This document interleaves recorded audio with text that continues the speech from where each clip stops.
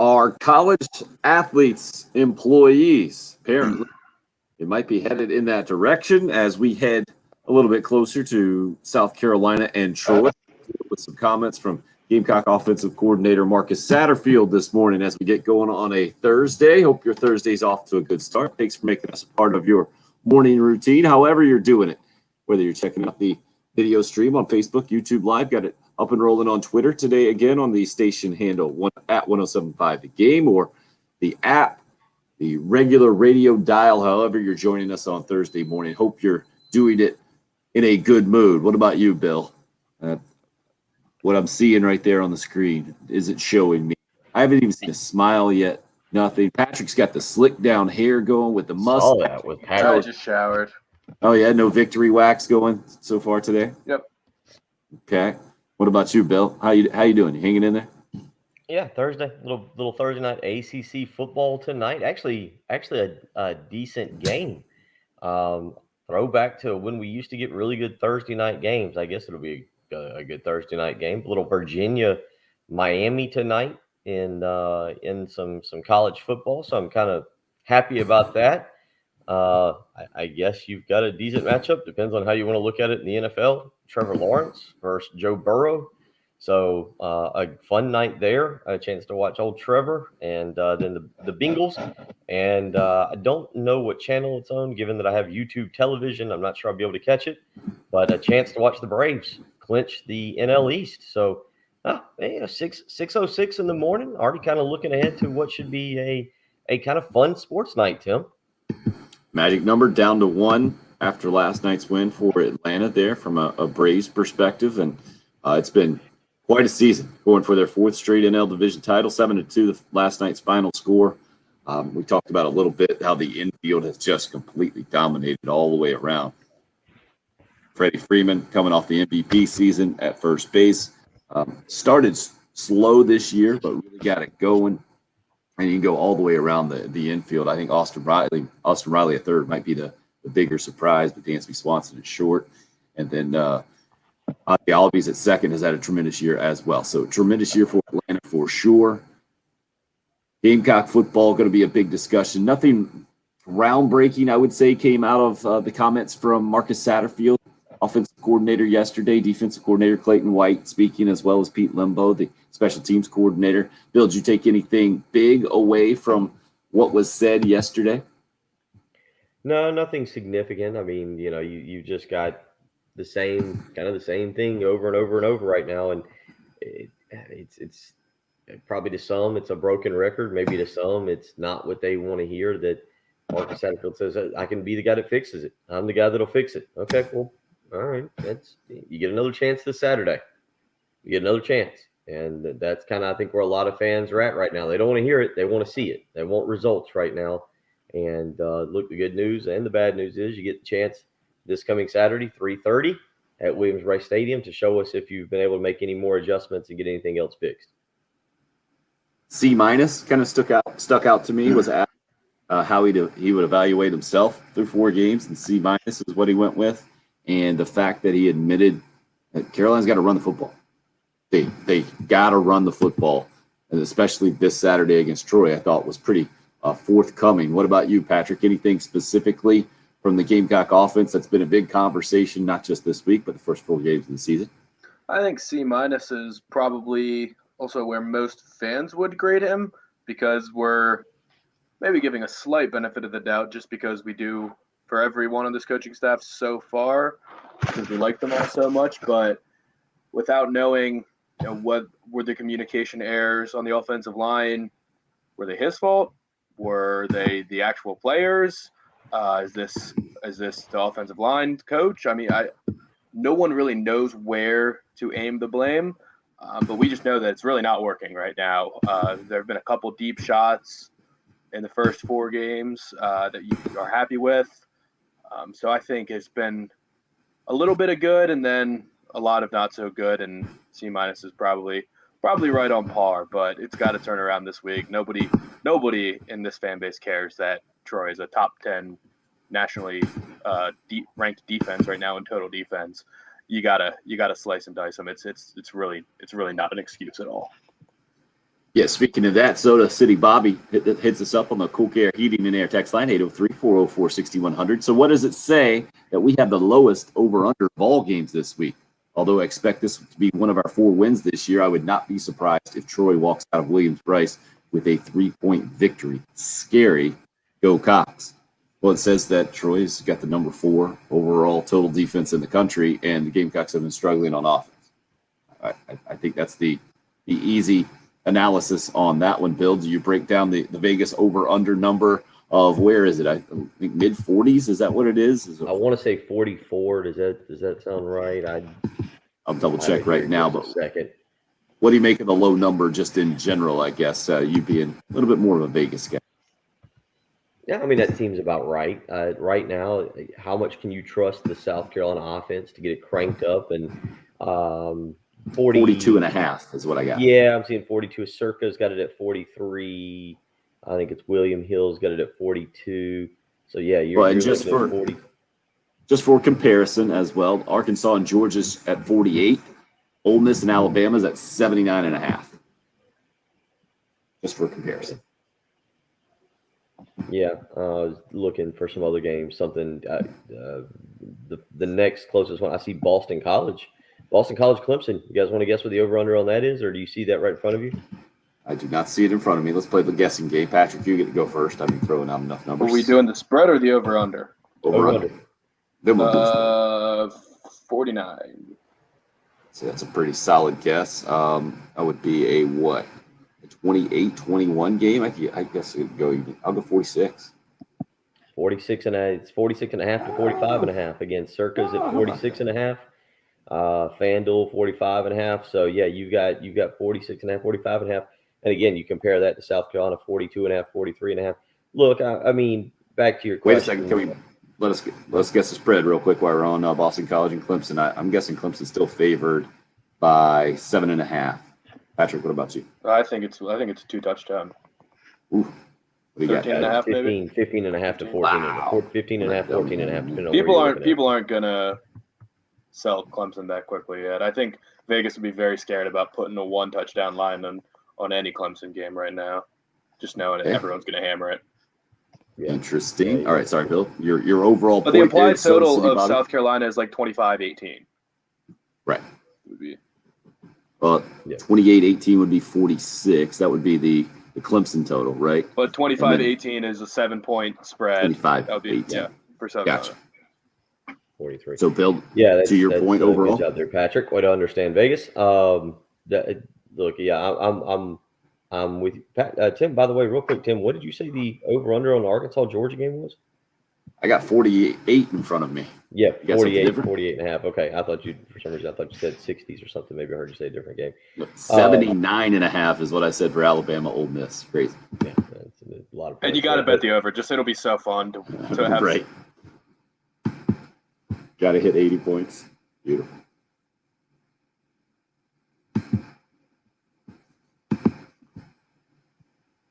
You couldn't take America, even though they were the heavy favorite in the Ryder Cup, just because you weren't getting your money back.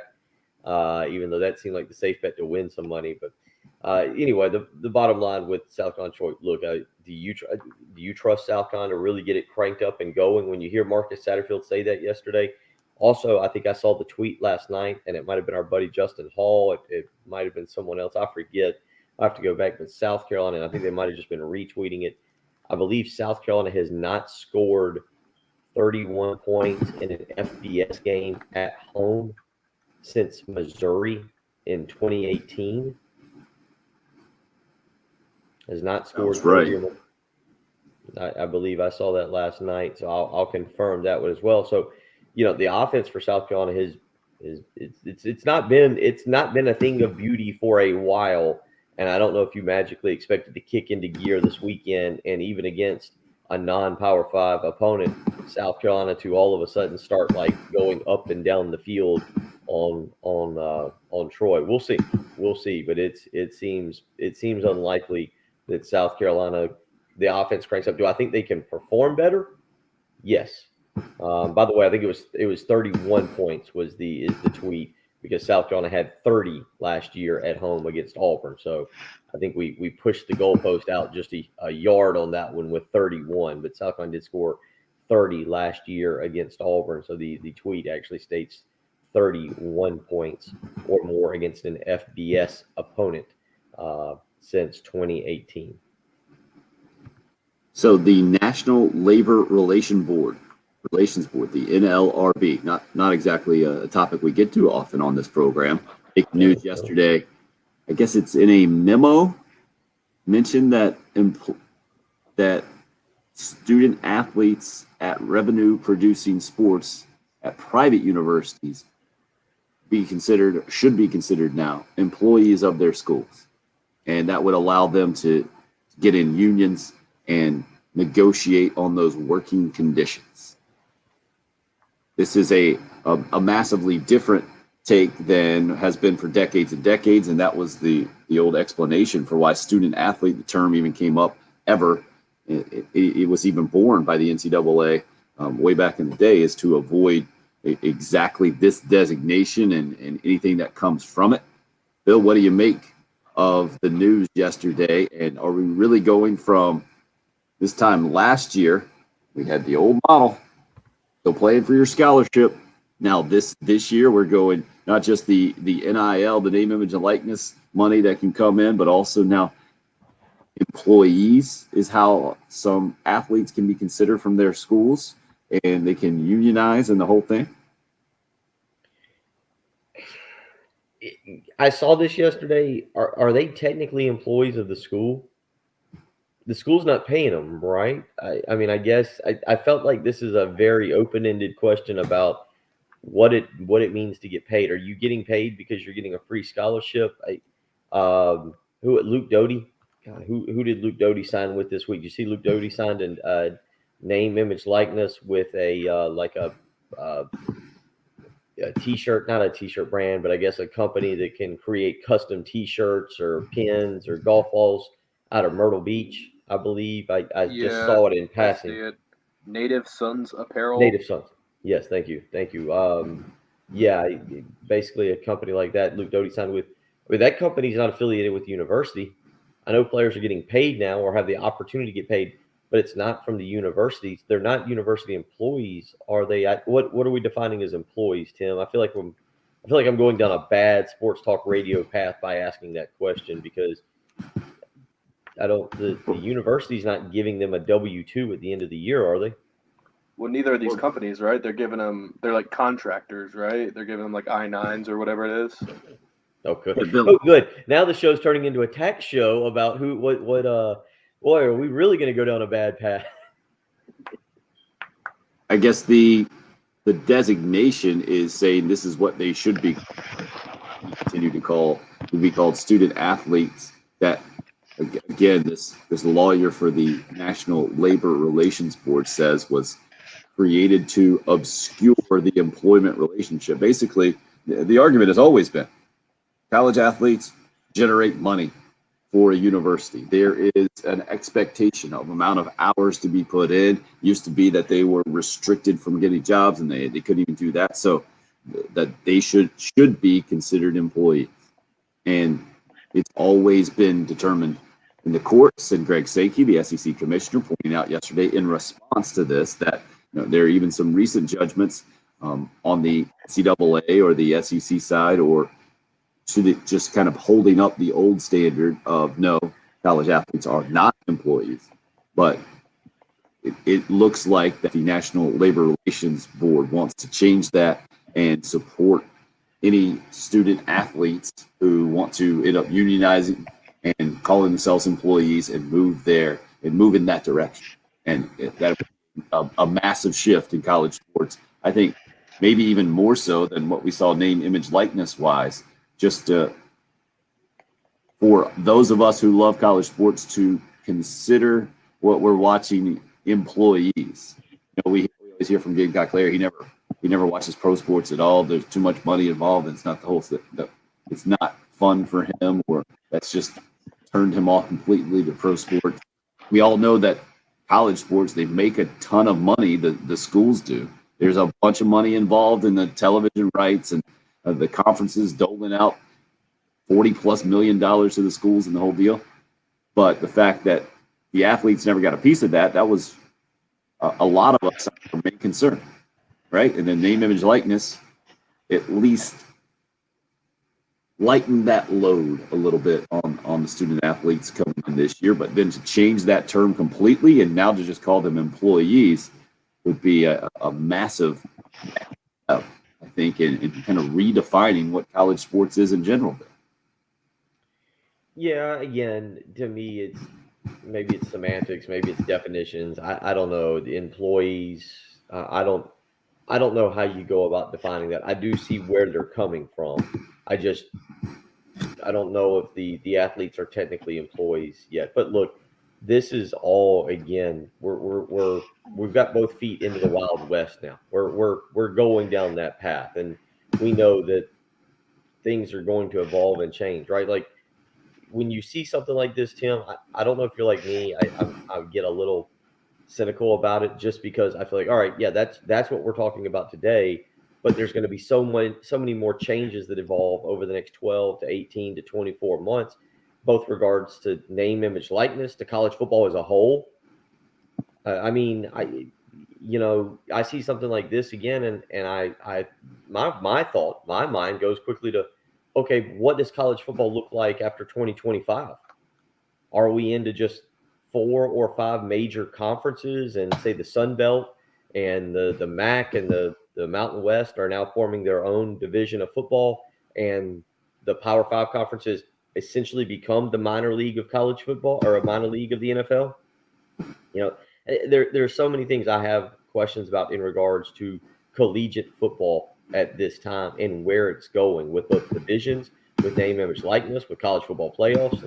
We've never seen college football in this much upheaval as it is right now. And so when I see an article like this, my initial thought goes to, okay, that's where we stand today, but the tables are going to turn, I don't know, 2 weeks from now, 2 months from now, 2 years from now. It's going to all be completely different anyway. It's certainly an interesting concept to think of. We had Northwestern football 6 years ago try to form a union and go through all this, and it didn't get too far. We've seen movements in this direction before. I don't know if you've ever seen anything quite like this from the National Labor Relations Board, but again, not a binding opinion is what a sports law expert is saying in the ESPN article I'm looking at. It's just an advisory opinion, expressing an opinion that's been out there before. So this is not going to be taken as law and move forward, and any ramifications come of as we sit here today. But it is an interesting move. It's a lot like I felt like when the Supreme Court issued its judgment kind of against the NCAA, and then we saw the dominoes fall kind of after that with the name, image, and likeness. That was, I guess, this past summer, how it wasn't necessarily at the time looked at as an immediate deal, but it did lay a massive precedent, I think, for how things were going to go from there. We'll see.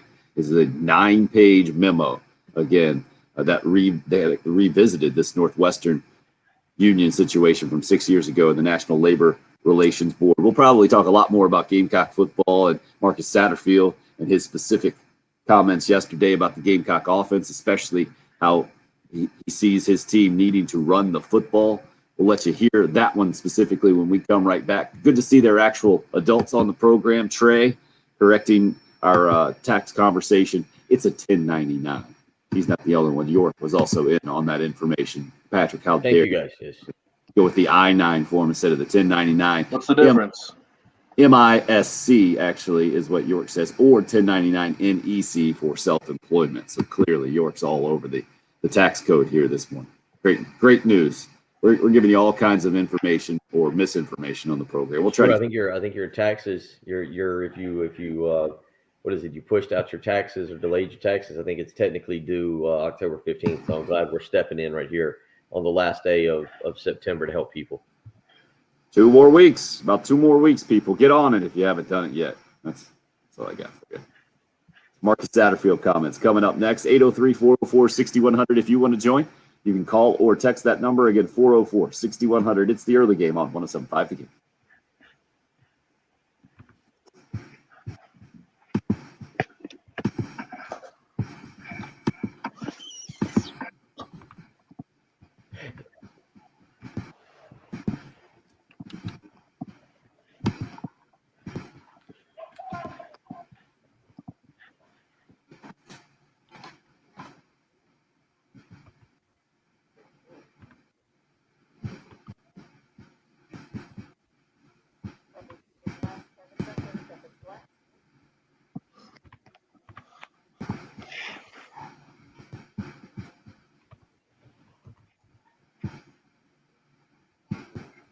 You guys watched the congressional baseball game last night? No, I didn't even know it was on TV. Saw some. I didn't either. I just saw it on social media people being like, "What the hell is this?" some guy hit an out of the park home run for the first time since it's been at Nats Park. Wow. What was it? The Republicans versus the Democrats. Congressional baseball.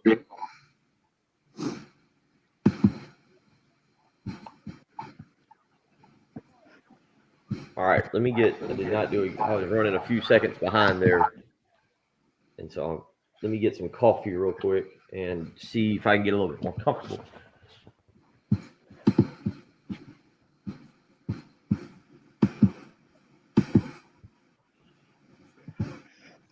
I'm watching the Sugar Ray Leonard, Tommy Hearns fight from 1981, 40-year anniversary. Wow, look at you this morning. How'd you get on that? I just found out this is the 40th anniversary a couple weeks ago. 48th anniversary? 40th anniversary, yep. Oh, 40th. Like September 16th, 1981. Wow.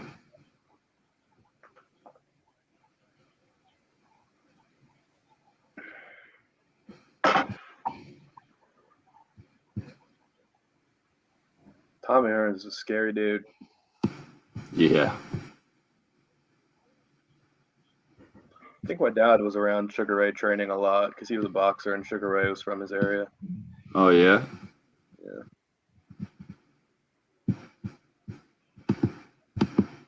Like, how much of a boxer was Perry? He as a kid he won a Gold Gloves, but he didn't box into like his high school years. I don't think he was really small, so his dad forced him to box because he was getting like picked on. Wow. Then he became a good boxer.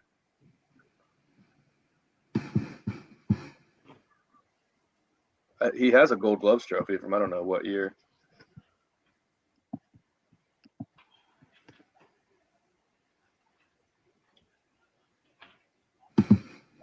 Feel like that's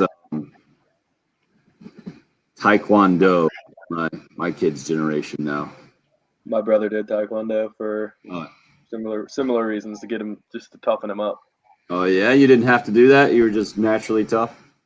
Nah, I mean, he was a lacrosse player, Tim. He was smacking people with sticks and stuff. I was playing football and lacrosse. Yeah, I didn't need it. You're the one that what do you call it when you were playing football and you had to basically you were too heavy? What did you call that? Yeah, they called it striped. I was striped. You striped. Yeah. It was literally a yellow and black heavy or like oversized load sticker on the top of my helmet. What did that mean? Did that mean like they couldn't, if they just tagged you that you were down, or? No, you can't touch the football. You can't run it. You have to play on the line. And on defense, if you picked up a fumble, they blow the play dead immediately. It happened to me. I would have scored a touchdown. Too big to tackle. They might as well put the sticker on, you know? Yep. And it doomed my whole football career because it was like the feeder program for the high school. And all I wanted to do was be a tight end because I was the smallest of all of the linemen because I was close to not being striped, and there were kids that were just way over. So I was not big enough to be an offensive lineman, and I was not allowed to be a tight end because the high school coaches just basically kept everyone at their positions from youth ball. So I was like, screw this. I'm not playing football in high school. I had great hands too.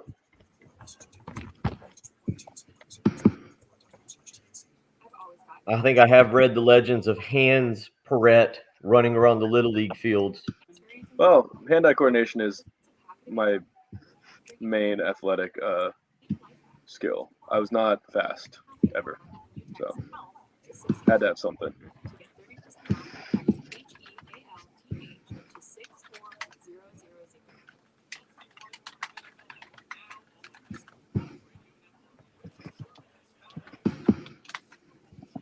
Jen, any luck with the audio this morning? Yeah, I have 3 cuts so far. Well, 1 and 2, and then I got number 3. All right, let's go ahead and do number 3 Okay. when we come back. Straight on in.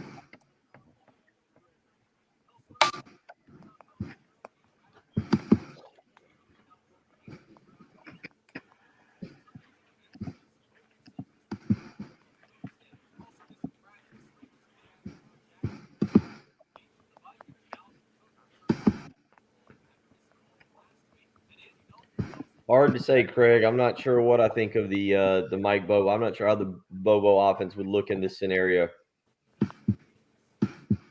It looked good in Penn State until the last play.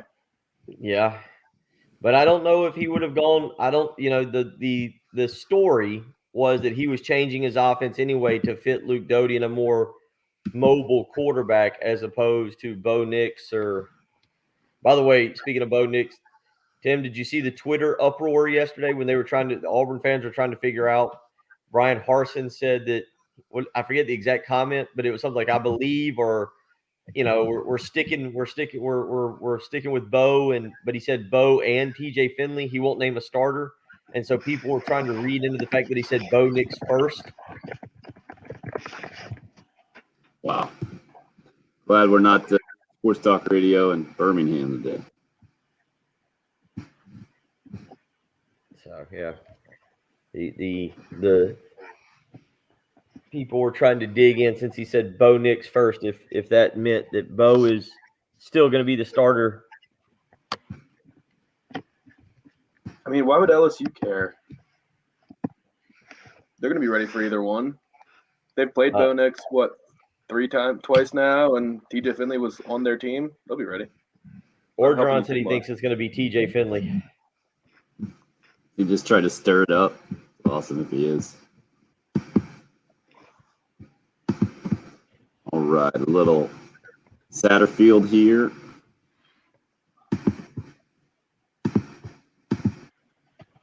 It's like a really late game this weekend, isn't it? Isn't it a 9:00 game?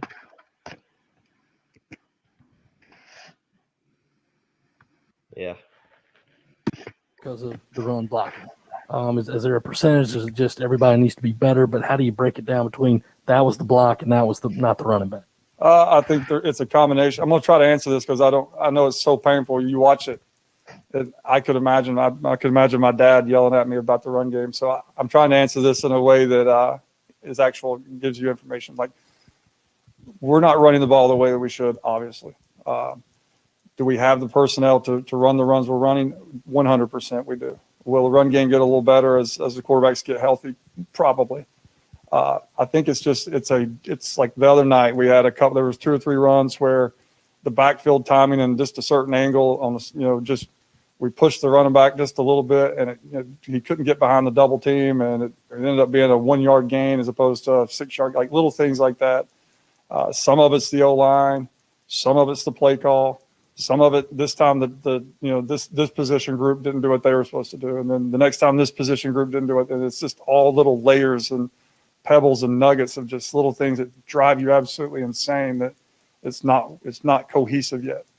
So we keep addressing it, and we're going to tirelessly keep addressing it, and eventually it's going to get going. We got really good running backs, and I think that our offensive line they've had 2 good weeks really since Georgia. They've had their best week this week. So I get 100%. I ask myself that every day, and it's driving me nuts, but we're going to get it. We'll get it. Carolina offensive coordinator Marcus Satterfield on some of the run game issues, the question there from Charleston Post and Courier's David Cloninger. Bill, what do you make of what you just heard from Marcus Satterfield about the run issues for the Gamecocks? I get a guy who knows it. look. I mean, I, Tim, how would you describe when there were issues? And Patrick, the same thing. Will Muschamp when he would come in and kind of address the media. At times, I'd feel like he would almost say, "No, there's no problems. There's no issues. We're doing everything right. The guys just aren't doing it correctly. They just need to do their job." Like, I feel like it's Marcus Satterfield is trying to connect with the fan base and go, "Look, I know it stinks. I know you guys are upset. I'm upset." And he's trying to answer the question. I just feel like him trying to answer that, the way he's trying to answer it there, when I hear that, is trying to agree with people and say, "Look, I'm not trying to hide anything. I'm not trying to tell you that we're doing everything right and it's going to work." He says it. He says it. Yeah, he knows his people don't enjoy watching it right now. I mean, I just get kind of an honest transparency. Now, that doesn't mean it's going to work. That doesn't mean that this week, oh, okay, Marcus Satterfield was honest with us. Oh, this week, yes, now it'll all be fixed. But I do get a coach who is in tune with what's going on outside of the locker room when he has to do a press conference like this and is saying, yes, I totally realize this is not working right now, and I totally realize you guys are not happy with what you're having to watch. Am I just doing too much of that sports talk radio thing where just in the past it hadn't been that way, or am I wrong? Yeah, well, I don't know. I guess we wouldn't know though, right? Because we would have never heard from him in the past. Right. That's the thing, because you didn't get to hear from a coordinator at all during the season. So you only got the Will Muschamp deal. And I think defensive might be the word you're looking for how Muschamp approached these questions, or came off as a little bit maybe sanctimonious, as, "Hey, man, I know a lot more about this than you do, so why are you even asking me?" kind of deal. And you definitely don't get that here. I don't know if there is a good answer at all from a Gamecock offensive coordinator when Carolina's ranked 98th in the country in rush yards per game. I don't know if there is a good way to approach it. I do know there are better ways to approach it than others, and there are definitely bad ways to approach it. That's not what I heard from Marcus Satterfield. Pretty honest, seems like, and forthcoming there. The difficult part that I see about his answers from yesterday was, if the run game struggles again against Troy, then where are you? Then you're getting the, as opposed to, I actually would have thought an offensive coordinator in 2021 would have downplayed the significance of having to run the football with the way that the game has evolved. But that's not what Marcus Satterfield did at all yesterday. If anything, he almost doubled down on the importance of it and how Carolina has to do it. And either that's I guess I should say that translates to me in confidence in his players, in his own abilities, and in his system. And now, like you mentioned, Bill, Gamecock fans don't want to hear it. They want to see it. And that does put an extra layer of significance, I think, on being able to do that this Saturday against a pretty salty defense in Troy, knowing who they played, though, this season. Maybe that factors in to Satterfield's approach yesterday. Maybe not. Maybe it's time to go out to the Love Chevy phone lines. What do you think about that? Okay. Yeah, I mean, look, we all agree that we can talk about it for the next 5.5 hours. We can analyze what Marcus Satterfield said, and you can talk till he's blue in the face. Blue in the face. We're doing a 6-hour show today? You didn't tell me today that. is Thursday, right? Today is Thursday. Today's Thursday, right? Uh-huh. Okay, so we got 3 hours tomorrow, right? Oh, yeah, I got you. Okay. Yeah, but the whole show tomorrow is just gonna be breaking down the Maryland-Iowa game. That's what I was gonna say. Yeah, we could just one big taxes and run game breakdown show tomorrow with some picks thrown in. But all I'm gonna say, Tim, is we can analyze this thing until we're blue in the face. Saturday's your opportunity, because do you guys feel like, despite what, real quick, and I know we'll go to the phone lines, but real quick, despite what the Troy numbers are, do you feel like if you can't run it against Troy on Saturday, it's not going to just click against Tennessee and Knoxville the following Saturday? Yeah, I think it would be fair. And Marcus Satterfield kind of touched on it yesterday at one point, talking about, well, we thought we were going to be able to run it a certain way in preseason practice, and then we got into competition and realized we had to make a slight adjustment. I think if you go 5 games in and you, first of all, you weren't able to be dominant running the football against Eastern Illinois to start. You really struggled against East Carolina, obvious struggles against Georgia and Kentucky, and then you add Troy to that. I don't know how big a sample size you need to make a pretty massive adjustment to your offense. Bill, I agree. If you can't run the ball against Troy, you got to kind of go back to the drawing board, I think, in a lot of ways, and figure something else out, because the evidence is in. I mean, it's almost half your season there through 5 games if you can't run the football. Patrick, you look like you might be disagreeing or coming at it from a different angle. No, I completely agree. You're halfway through the season, and all of the easy games basically have been played. So if it doesn't work, I mean, throw the run game out the door for all I care. Just be an air raid team for the rest of the season. Like I'm exaggerating a little bit, but you have to be able to adapt on the fly. And if that's just not working for you, then you have to spend the time and just go through a major change. Like we've seen good offenses do it before and just give up when something's not working. Not saying you just completely abandon the run, but something has to change. Let's get out to that Love Chevy phone lines now. Lucas has been waiting most patiently this morning to get us going. Morning, Lucas. Lucas is going to be the strong, silent type this morning. Is he finishing up his homework is the question. Is there a social studies test today? There's a lot. Were you guys homework in the morning kind of people? No, Not really allowed. not until college. And I just waited till the very last minute to do everything. My 8-year-old has a test. He's got to retake the 2 times tables today in 3rd grade. Lucas might. Okay. Maybe Lucas is. I know he's 12, I believe. So probably well past the 2 times tables. Hopefully. All right, we'll move on then. Maybe Lucas can call us right back if we had a disconnection of some sort there. Billy's going to be up next on the Love Chevy phone lines. Hey, Bill. Morning, gentlemen. How are y'all? Doing well, sir. Good to hear from you. Long time no talk. I had some job change and territory changes, so haven't been able to call in, but been listening faithfully as always. I'm glad you guys played the Satterfield talk, because that's, I think, first and foremost on all Gamecock fans. But how do you go from such an effective run game last year with Kevin Harris leading the SEC, and even though we had all kinds of other struggles, we at least could run the ball last year. Maybe a little credit to Walford and Coach Bobo for their ability to do that with the personnel we had. But, I mean, with 4 starting offensive linemen coming back, probably one of the better stable running backs top to bottom that we have had, it is insanely frustrating to watch us attempt to run the ball. It is, I don't know. I mean, when you have similar personnel, almost all the same coming back, and you struggle mightily, the only 2 places to look are offensive coordinator scheme and new offensive line coach. And maybe their schemes don't jive. Maybe they just have to make some corrections between the 2. But if we don't get some push and some run against Troy and Vanderbilt, I know we can improve, and hopefully we will week to week. But it is tough. As a Gamecock fan watching it seems like that same old story. How can we effectively make changes if we don't do anything different? And it doesn't look like from week to week there's been a lot of changes. But a couple things to address. Number one, Juju McDowell has got to play more. I don't care what Kevin Harris did last year. I don't care how highly ranked Marshawn is. I really don't care how good Zaquan White did in the spring game or in the first game. Juju gets yards, period. Every time he touches the ball, get him outside, get him in the screen game, get him on jet sweeps, hand him the ball. And I know he's probably struggling on pass protection, and I get that. We already struggle with that anyway. But get him in the game, get max protect, get him going.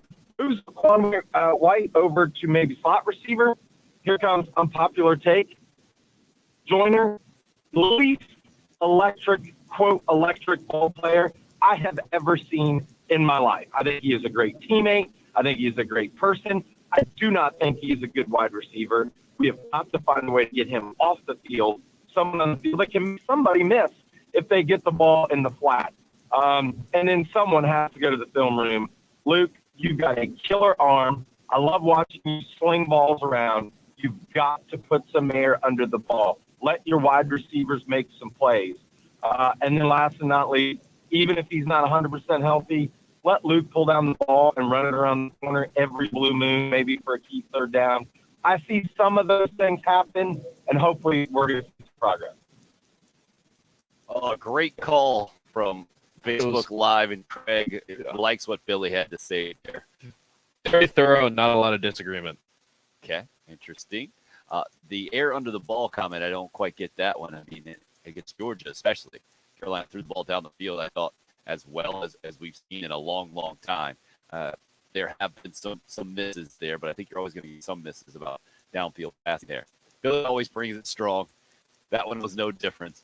Appreciate the phone call. 803-404-6100. We see others of you waiting there. See your text rolling in at the same number as well at 404-6100. For instance, an anonymous texter just hit us up, says it's spelling test in third grade here, reviewing to the bus. Well done. Buddy B wants to know what's the bad word on Coach Muschamp today, asking for a friend. So Buddy has criticized us for bringing up Will Muschamp too much, and then this morning on the text line, that's exactly what he does. And I guess that the bad word was his approach to some answers, questioning his strategy at press conferences previously. So we got that in. More from Marcus Satterfield. Yesterday's press conference, the Carolina offensive coordinator asked to evaluate himself, commenting more on the importance of the run game. That's coming up as we roll on this morning. It's the early game on 107.5 The Game. Staley, and you're listening to the Gamecocks, WNKT FM, Eastover, Columbia, 107.5 The Game.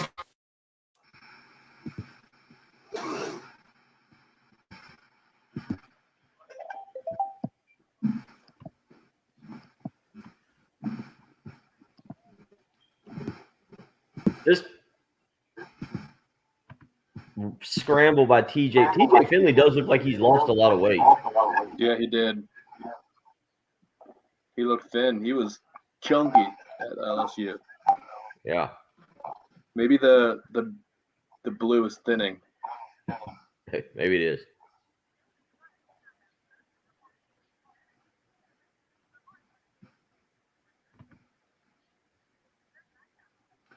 I think here, Craig.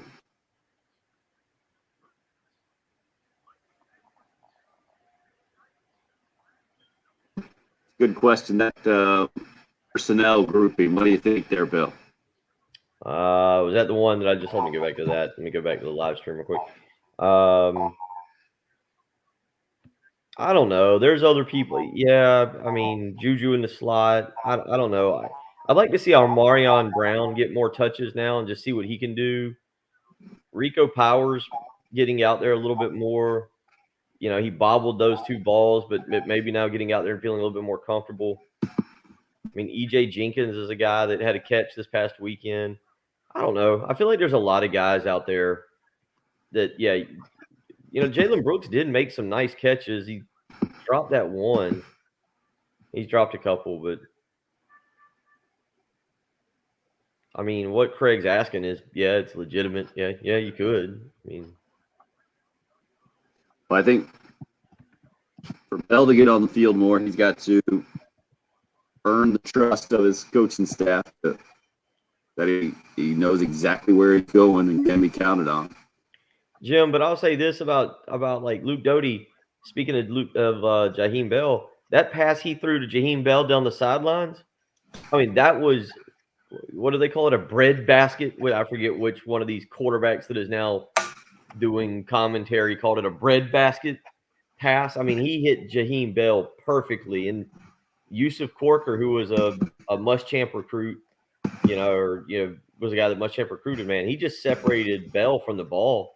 It was just a great play on both sides. But, dude, Jaheim Bell or Luke Doty, that pass down the sideline to Jaheim Bell was a dime. That showed real arm talent. Looked to me more like he was a natural thrower on that play. Oh, okay, gotcha.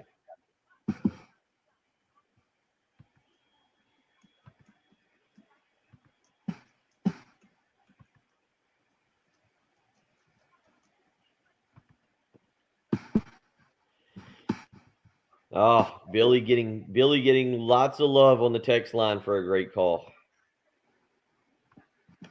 I'm I'm looking at college football stats. South Carolina, 98th in the country at 126.75 rush yards per game.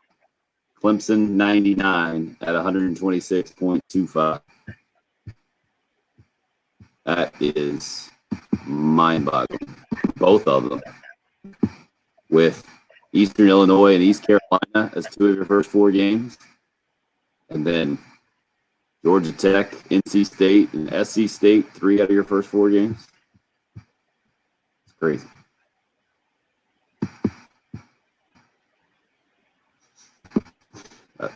Strong hyperbole, James. Strong. You separate Gene Bell from his soul.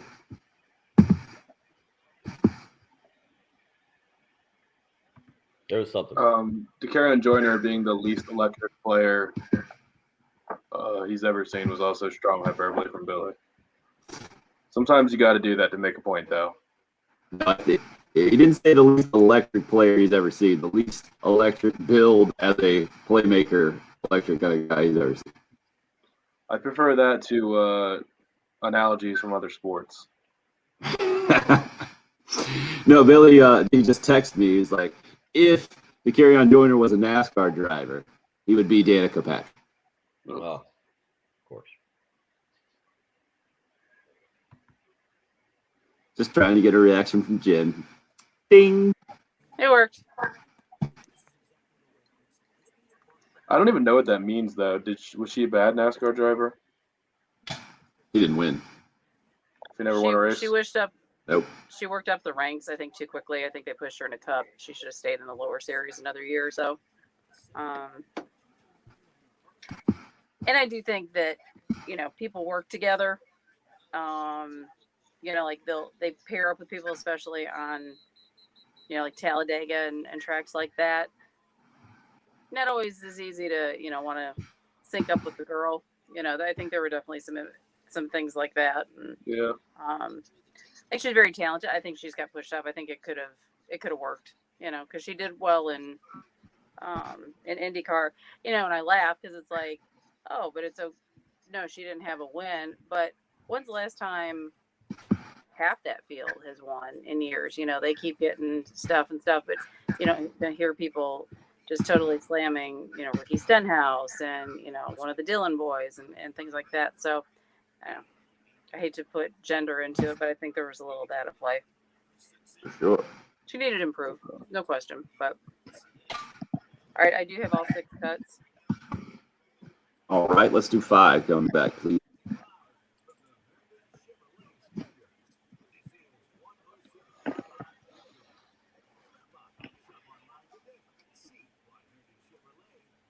I don't And I know. put in there. Again, Lucas back to is James's point. Gene Bell popped back up on the sidelines. His soul came back pretty quickly, or he's all right.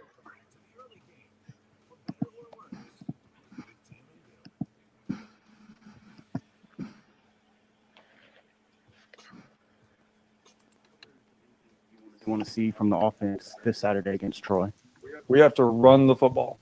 And again, that's very 1985, I guess, of it, but we have to run the football somehow, some way, whether it's quarterback runs, receiver runs, running back runs, trick plays, whatever it is, we have to run the football.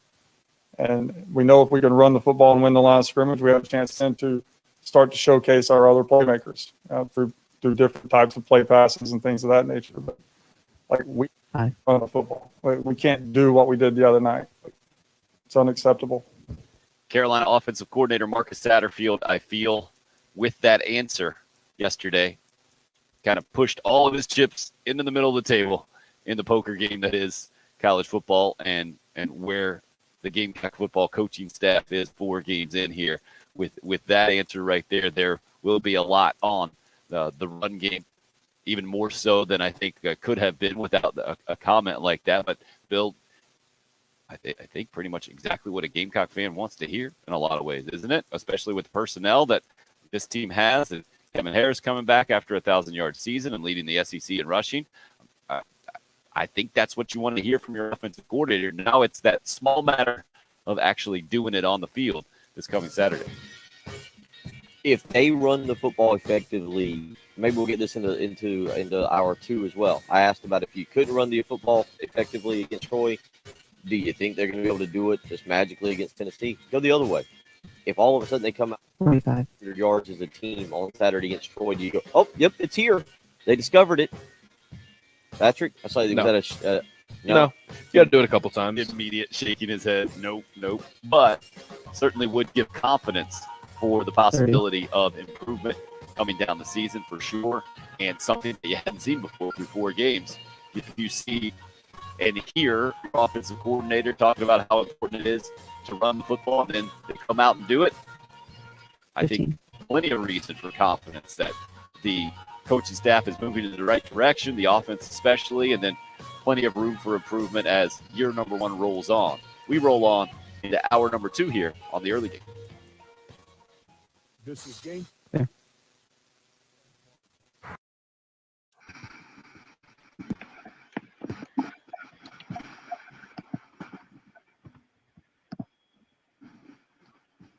Let's see how my kids are doing here on the waking up, getting ready for school. Check 2 times tables as well. times table. Oh my goodness. That was always fun. Yeah, those were the mornings. Those were Actually, the- what did you say? What was your morning, mate? You just had the one sister, right? What? What was I forget? You had that's right. You had a brother. Are you the oldest? I forget now. Yeah, I have a sister who's 2 years younger and a brother who's 5 years younger. I was just thinking my usual morning routine, especially during the winter. We had a little space heater, and I'd come down and get in between like the couch and my dad's recliner. It was kind of a little small area, and you could get that space front of heater it. and a blanket in there to stay warm and watch some cartoons for a few minutes before and eat some breakfast that my mom or dad would fix for me before we were shipped off to school. Shipped off. Mine was taping the hour before Sports Center so that I could fast forward through the commercials and watch the full hour Sports Center while I ate my cereal, and then run to the bus stop as soon as the top 10 hit. See, elementary school is different, but then I went to intermediate school, which was across town. Then my dad always dropped me off, and then middle school was within walking distance. So regardless of the weather, you either had to be ready when my dad was. Well, we had a couple other kids in the neighborhood, so you had to either be ready when dad was ready to go. You had to have a ride with one of the neighborhood kids, or I was walking to school. We the bus stop was always on my corner for my entire life, so I was always able to just look out the front door and run outside as soon as it pulled up if I wanted to.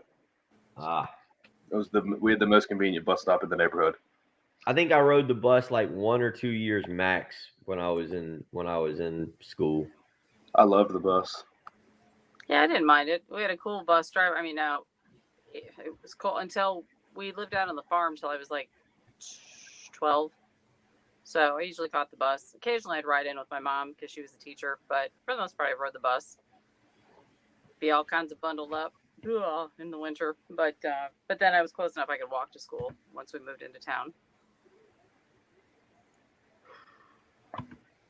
I liked the bus stop too. Just bring a tennis ball.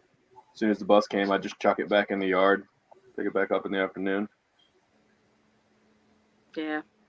I could wave down the road to the next person that was waiting for the bus, but wasn't close enough to talk to anybody. Farm rep. Good times. I know, right? Goodness.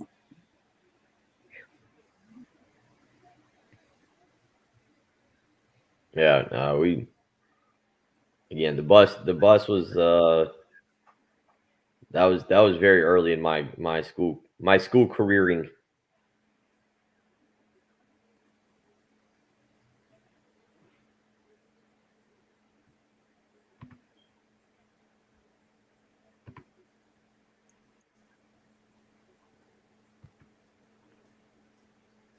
Let me see here. What was I doing?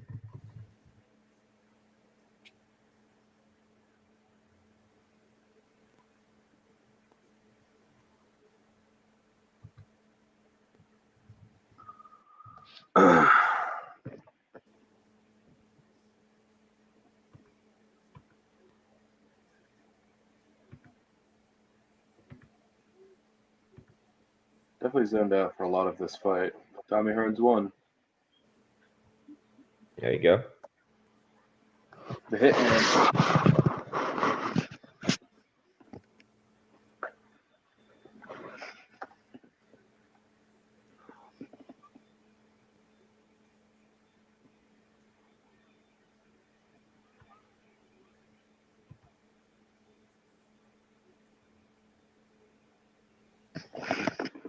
Just a total 180 from the call we just got. Need to get Joyner more involved after we just had a caller that said we need to get him off of the field as soon as possible. Yeah, Joyner is getting to be a very Controversial figure. yeah, polarizing, controversial. Yeah, he's definitely going down a path.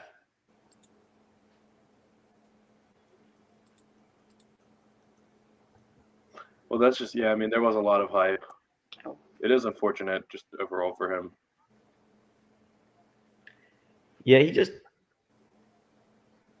unfortunately just look comfortable. He doesn't look natural trying to do anything. I mean, Which isn't necessarily surprising because he's never gotten the chance to. I mean, now he has gotten the chance to really focus on receiver, but a lot of people can't just pick up the position just like that and be great immediately. All right, guys. I think we know today 2 times 10 is not 12. We're going to be good. what do we got now? 2's times tables. I think we know that 2 times 10. All right, there we go.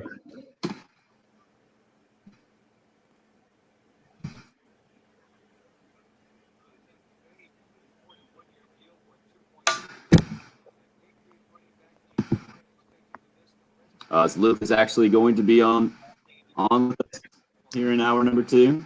I think so. When he called back, he said you guys could not hear him. I mean, he was there, so I don't know if he accidentally hit mute or what, because he said he was talking. And we've got Dr. Nugent, I believe, today, 7:45. Okay, I'll be verifying that spelling. N-G-Y-U-E-N. Noojin. I believe. Oh, I was making it too complicated. N-O-J-I-N.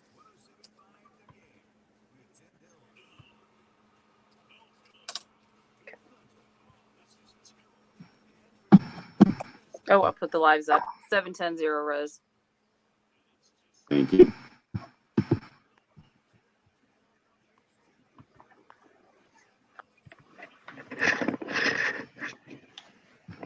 Guys, right?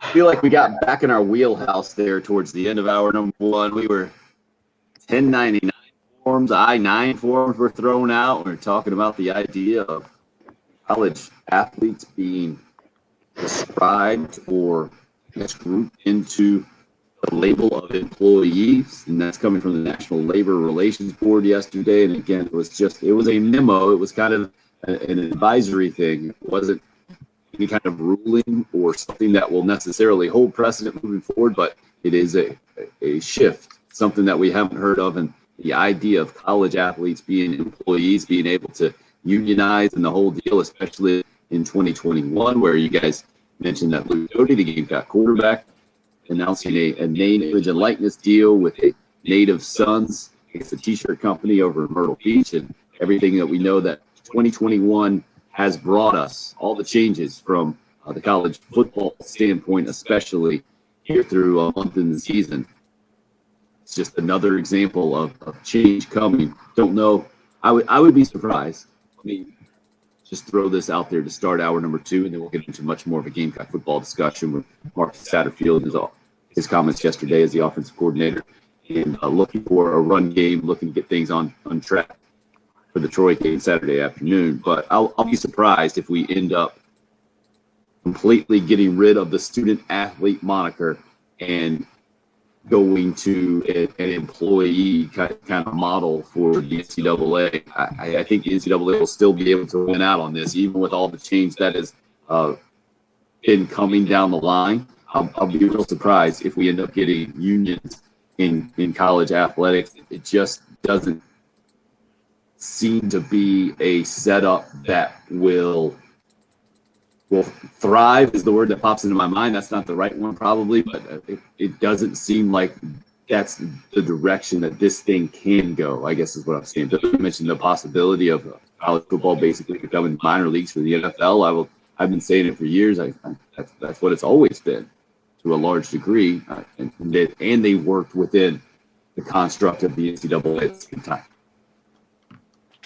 Do you think, Bill, that we will have college athletes unions in the next handful of years, and that's the direction that this thing's going to go? Unions to me means there's an opportunity for a work stoppage. I don't know if we'll ever come to the point that there's a work stoppage of college football, but at the same time, yeah, I have to believe there's going to be some kind of union at some point. That's one of these smart schools that's too smart for their own good. Northwestern, Stanford instantly come to mind. Maybe some Vanderbilt players jump up and realize this is the way to get involved in the piece of the pie, and they formulate a union, and they convince some of the other kids who maybe aren't as smart to be like, yeah, you guys really should follow what we're doing here. Don't worry, we'll take care of you. You just jump on in the union, and we'll run it for you, and you continue to win championships at your Alabamas and Ohio States and Oklahomas, and we'll handle all the money for you. But with that being said, Tim, I when you say union again, yeah, RL hits us up on the live stream and says good old collective bargaining. I don't see it becoming to that. So I don't know what the union would be, but yeah, I think it's hard to believe there won't be some kind of players union, don't you? Where maybe that's where you get like a uniform insurance policy for players, something a little bit more than what's already being offered from schools. I could see something like that. But as you said that, I was like, these players need insurance on their uniforms. What is he talking about? Oh, it's uniform the other way across the board. Okay. A little slow there. The idea of an SEC players union or a Big Ten players union, even a Gamecock players union, or I don't know what you have. I don't. It just seems a little overwhelming in my brain to even get to that place of the concept of having that in college sports. I will take the texter. I will take Jerry on the text line a step further. He says, if players and employees, can they stay and retire when they're 65? You can give tenure to professors now who are employees.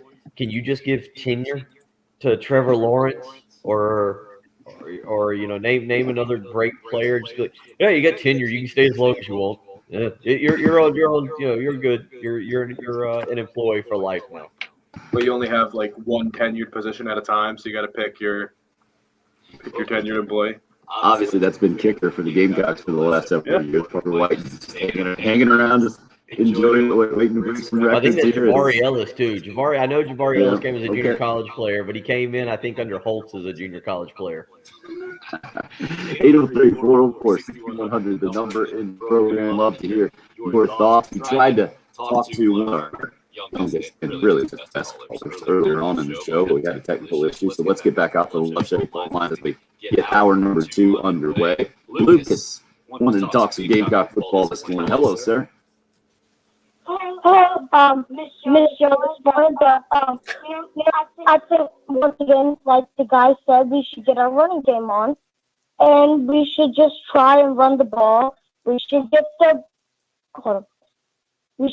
defense going more, and on Gamecocks. Okay, I'm talking on the radio. Holy crap! Okay, and we need to get the defense going. We just need to get all our stuff going and rush and blitz and do all that stuff so we could try and get more yards over and over and over again. Lucas, do we need to talk to somebody in your family to let them know that you're giving a hot take on the radio? I I don't know. They know I talk on the radio every morning. I don't know what's wrong with them. I don't know if it's like short-term memory loss or something that's going on. I honestly don't know. Nobody's feeling it this morning. We'll let you deal with that. Then, Somebody's Lucas. mad because their alarm's going off and they can't turn it off themselves. Combination of Gamecock Larry and Patrick Perret is what Lucas is. Thank you, Lucas. That's Appreciate exactly. that hot take. Oh, good grief, Patrick! That's part of your. It's a mini protege. That is a. I just had a little Gamecock glimpse at Larry little Patrick protege. Yikes. Okay, you know it's a strong call when even Patrick goes with it. Well, I don't know what to say. Like I don't think you should yell at your parents, Lucas. That's what I would say. That's what's going on. I blame you for that, man. You've been on about a month and a half tear of just grumpiness and general. Not even grumpiness. I'm in a good mood. I'm just now wait a when second. people say dumb things. Hey, we did not confirm that Lucas was being that way towards his parents. There could be siblings involved. It could. You know what? It's okay if that's the same.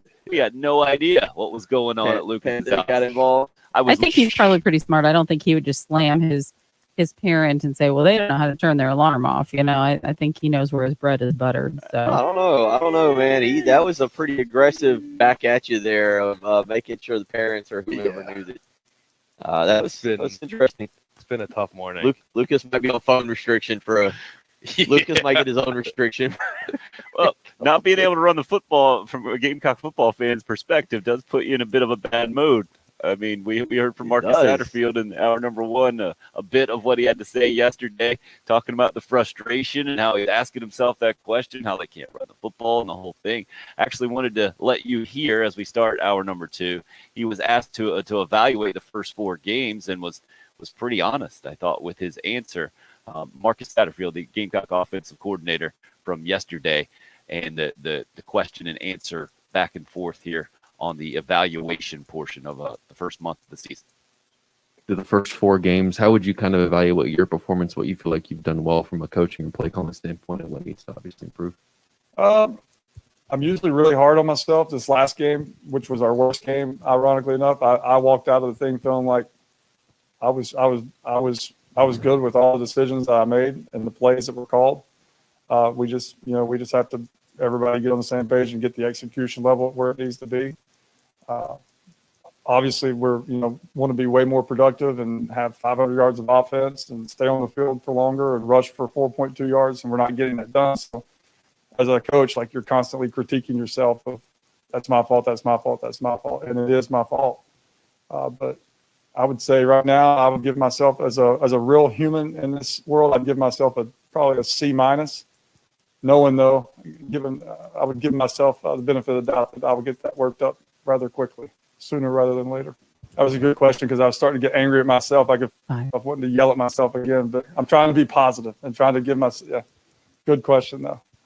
That's how the press conference ended yesterday with Gamecock offensive coordinator Marcus Satterfield. Bill, what do you take from it? Oh, I heard. Boy, we're really on a school taxes kick this morning. I heard C-, and I was thinking, no, I was good with C-. A D is what you could not pass with. A D is what kept me from advancing to the next level or getting the passing grade to get out of, say, English or the next level of math. But when I hear that, and I don't know if this makes people feel better. We might just be at a point we might be at a point in South Carolina football again where nobody cares. Just do it. But, just fix it. I don't care what grade you're going to give yourself. But I think there is refreshing honesty where Marcus Satterfield is saying, I'm not very good right now. Like, I know he said, he was very happy with all the decisions he made and the calls he made. And I do kind of agree with him.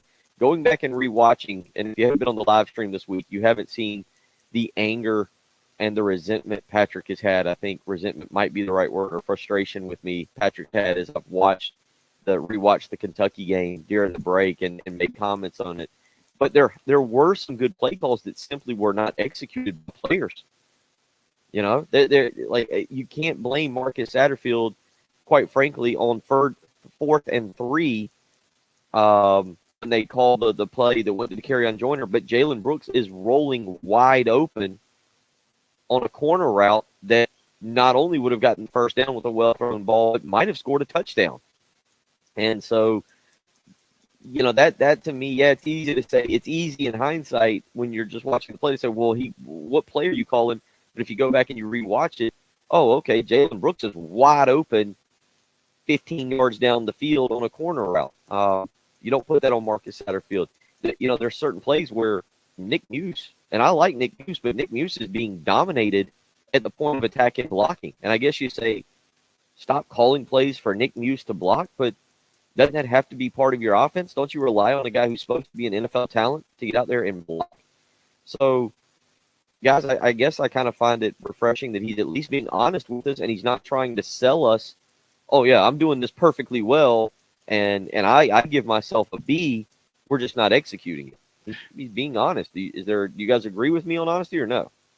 I agree for sure. Richard says, "Can we get Lucas to yell at Marcus Satterfield?" He mentioned a little bit earlier in the comment we played about he can hear his dad yelling at him. Marcus Satterfield can kind of in the back of his head. Matthew from Landon, do y'all think Satterfield should try coming down to call plays on the field instead of the press box? Absolutely not. We've seen this in the past. I always think that's more of a sign of panic more than anything else.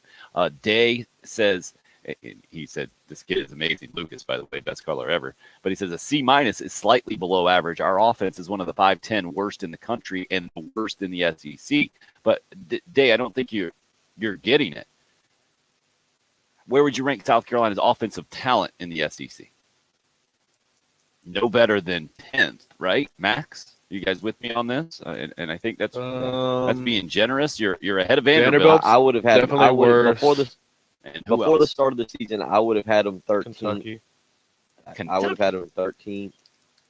Yes, they have Wandale Robinson and a good pair of running backs and an offensive line. Well, right now, well, South Carolina, yeah. I guess if we're talking about the offensive line, then yeah. I mean, I was just thinking of skill. I was thinking of skill positions. We're talking about the. Well, but I mean, right now, well, their offensive line is probably the second worst in the conference. Kentucky. So that's going to weigh you down pretty far. No, South Carolina's. Right. Oh yeah. Well, but I mean, right now, can't you? Yeah. But Patrick, wouldn't you make the argument? It's you said Wandale Robinson, some good running backs. Wouldn't you say it's Josh Vann and some good running backs? No, I mean because you have a tight end that was thought to be an NFL prospect, and he just hasn't been used really. Nick Muse is still talented. My point is that you can't just evaluate an offensive coordinator by the productivity of that offense. You got to do it on a bit of a bell curve and understand the talent that you're dealing with as well. With that being said, and just to put numbers to it, South Carolina is 115th in total offense right now out of 130. So if you want to go one of the 15 worst offenses in the country, I can get on board with that just from a number standpoint. Clemson right now is 121, what I'm looking at in the country. Iowa is at 122. Vanderbilt is at 123, and Troy, if you want to feel a little bit better about this Saturday, is 104 in the country just from a yards gained per game standpoint is how the total offense category works here. Interesting to hear the comments. Is this, hey, real quick, Tim, wherever you're looking at that, is this the worst offense South Carolina's played this year? Troy, you mean by rankings right now? Yeah. Well, we'll take Eastern Illinois out. Is that fair? Right. Because they're not in the 130 Division I college football teams. And yes, I guess you want me to look at East Carolina, Georgia, and who am I missing there? That's it, right? East Carolina, Georgia, and Kentucky. Okay, I'll look at those numbers real quick there as I scroll up, and I'm surprised that I haven't seen them quite yet. Yeah. We got that. There's no way they're worse than 104. Kentucky is 38. Georgia is 31. And I must have missed East Carolina. No way they're higher than that, right? As I continue to scroll here, this is fun live radio. That what we're doing here. Control F. CFBstats.com is where I'm going to find this stuff. By the way, East Carolina sits at 68. So, yeah, by far, it's the worst offense for the Gamecocks to play. And especially knowing, Bill, the four opponents that Troy has played, none of them overly impressive. I'll say I do think that this ends up being a good weekend. I've been wrong multiple times, so don't necessarily listen to me. But when you break that stat out, we've seen South Carolina's defense. I think South Carolina's able to move the football this weekend, and I think the defense plays a good game. I don't know if it's the get well game that everybody wants, but I think it'll be a little bit more of a breather than somebody said earlier. 803-404-6100. If you would like to weigh in on the program, make sure you know everybody in your family knows that you're going to give a hot take and can give you some space to get on the Love Chevy phone line. And when you mutter things under your breath and you're on the call, it still goes out over the air. It's the early game. It's 107.5. Bit me a lot. 107.5 The Game is omnipresent and free of charge. Free of charge. In your car. Free of charge. Online. Free of charge. On the app and streaming on your smart speaker. Free of charge. 107.5 The Game. Need to tell you about Zero Res Carpet and Air Duct Cleaning. If you don't know about Zero Res, ZeroRes.com. ZeroResColumbia.com is the place to go, and you can check out all the information about not just how they clean carpets and air ducts, but how they do it differently than anybody else. Zero Res has a patented ZR water system. That means there's no harsh chemicals involved in that process, no leftover soapy residue. That's why I especially appreciate Zero Res having come out to my house a couple of times, because I got the 3 boys, the 8, 6, and year and a half old right now, and obviously we have struggles keeping our house clean. Fortunately, Zero Res has taken care of any major issues that we've had, and I know they can do that for you as well, whether it's at your home or your business. They've got a great deal for you right now as well. 3 rooms carpet cleaned, only $119, plus a free hallway. That's ZeroResColumbia.com. You can book your appointment today. You can give them a call at 803-262-4020. Zero Res. Spell it backwards or forwards. It's the right way to clean. From the Shepherd's Glass Traffic Center, Shepherd's Glass, a true reflection of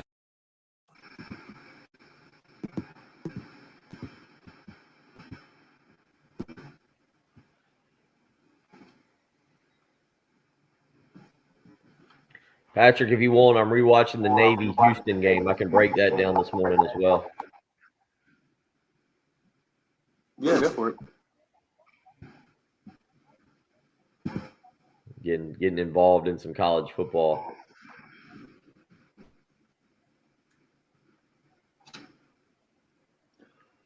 Might watch an episode of The Sopranos just to get myself hyped up for tomorrow. Is that tomorrow? Yep. HBO Max? HBO Max. Is it in theaters or just HBO Max? I know y'all talked about this yesterday. That was a very fancy way of saying theater, but yeah, it is in theaters. Theaters? Yeah. Well, they don't put it in just one theater, do they? What? You ever feel like something just kind of goes? Yeah. Yep. I don't understand what you meant. We were just talking about, most people say movie theater. You said theater, and that was very like old English of you. I don't He's hate just it at all. fancy like that. Yeah, it was fancy. Oh, hold on. Well, it's not necessarily a movie theater anymore. Did you saw what AMC's doing with the Sunday Ticket or whatever? Did y'all see that? What? Where I guess the AMC group is you can go in and I guess it's maybe I didn't look at the prices because I'm not doing it, but like they're using some of their theater, I don't know, whatever. You can go in and they've got like Sunday Ticket up. You can go in and buy your food and whatever, just sit there and watch football all day on the incredibly large screen. That's pretty cool. Wow. That's a good idea. That is. It's a very good idea. I actually, I just got my AMC Stubbs A-List subscription. I went with AMC over Regal for my unlimited movie pass. Really? Yep. There you go. Now, seriously, does that come with you get like a perk of like a free soda or a free popcorn when you get no free? No, it's so it's $20 a month, and you can see 3 movies a week for free. So Three you movies could, a week? So you could see 12 movies a month? Yeah, for $20. Boy, they're desperate. Well, no, but Jen, think about that. How many movies really get released? Well, and they don't make any money off movie tickets anyway. True. They make it off concessions. Yeah, that's why I was asking if it was a free.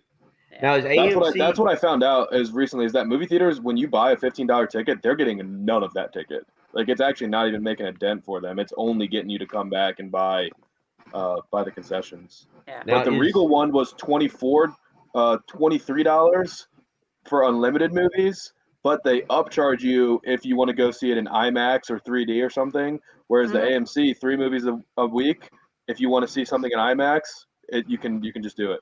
there's no upcharge. And Regal wants you to commit for a year. AMC wants you to commit for 3 months. So I got this thing. I'm gonna have it for October, November, and December. That's prime. Gonna be prime movie season.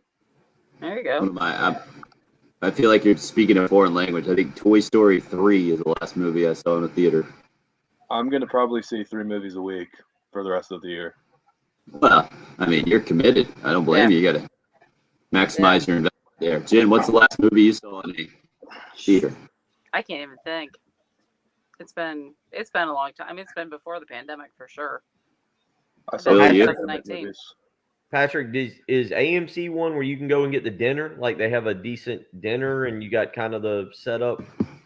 No. You No. mean like the like they'll serve, like they'll wait on you? Yeah, like you can go. No. Like you That's go. Draft House, Alamo Draft House or something like that. We were about to head back in. Yeah, AMC is just traditional. You can buy popcorn and hot dogs and stuff. I think they do have a bar though. The one on Forest Drive. That's the closest one to me.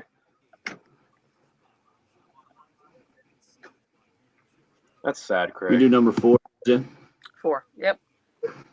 That's just sad. That's impressive, Craig. Good for you. Exactly, Carson. I don't think we have a true identity yet. I think that's you got 2 games with Zeb.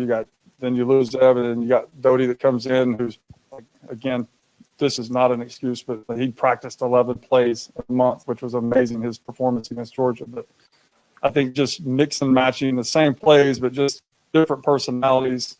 Trying to run the ball a certain way through camp, we felt like we could. Then we get into competition. Well, maybe we need to tweak this a little bit. I think we're just constantly trying to find the right combinations and the right plays and the right personnels, and we haven't had any consistent success on offense right now. And so you don't have an identity yet. Like our identity is we're going to be physical, tough. We're going to run the football. We're going to play action pass, utilize spring game, get the ball in the perimeter, right? Let our receivers make plays out of the field. That's what we want our identity to be, but we're not there yet. That's what we're striving to get to. But not there, to answer your question alone. But we will get there. And I know that's easy to say, hard to do, but that's what we're here to do. Carolina offensive coordinator Marcus Satterfield yesterday. Bill, I think about as honest as you can get, but also knowing that I don't think you can sell an identity at this point either after 4 games. And maybe that's a good thing. They kind of followed up what I was saying in the last segment about his disagreeing with C- and the whole thing, and the fact that offensive coordinator is going to have to be graded on a curve. He says he totally gets that. He says if our offense, talking about the Gamecocks, had scored mid-20s against East Carolina, got shut out against Georgia, then scored 20 or so against Kentucky with the same field position, I would feel good about the offense. That's the interesting part to me, that Carolina's 2-2, about where everybody expected them to be, except maybe the most optimistic Gamecock fans, with plenty of room to grow, having not played well on offense.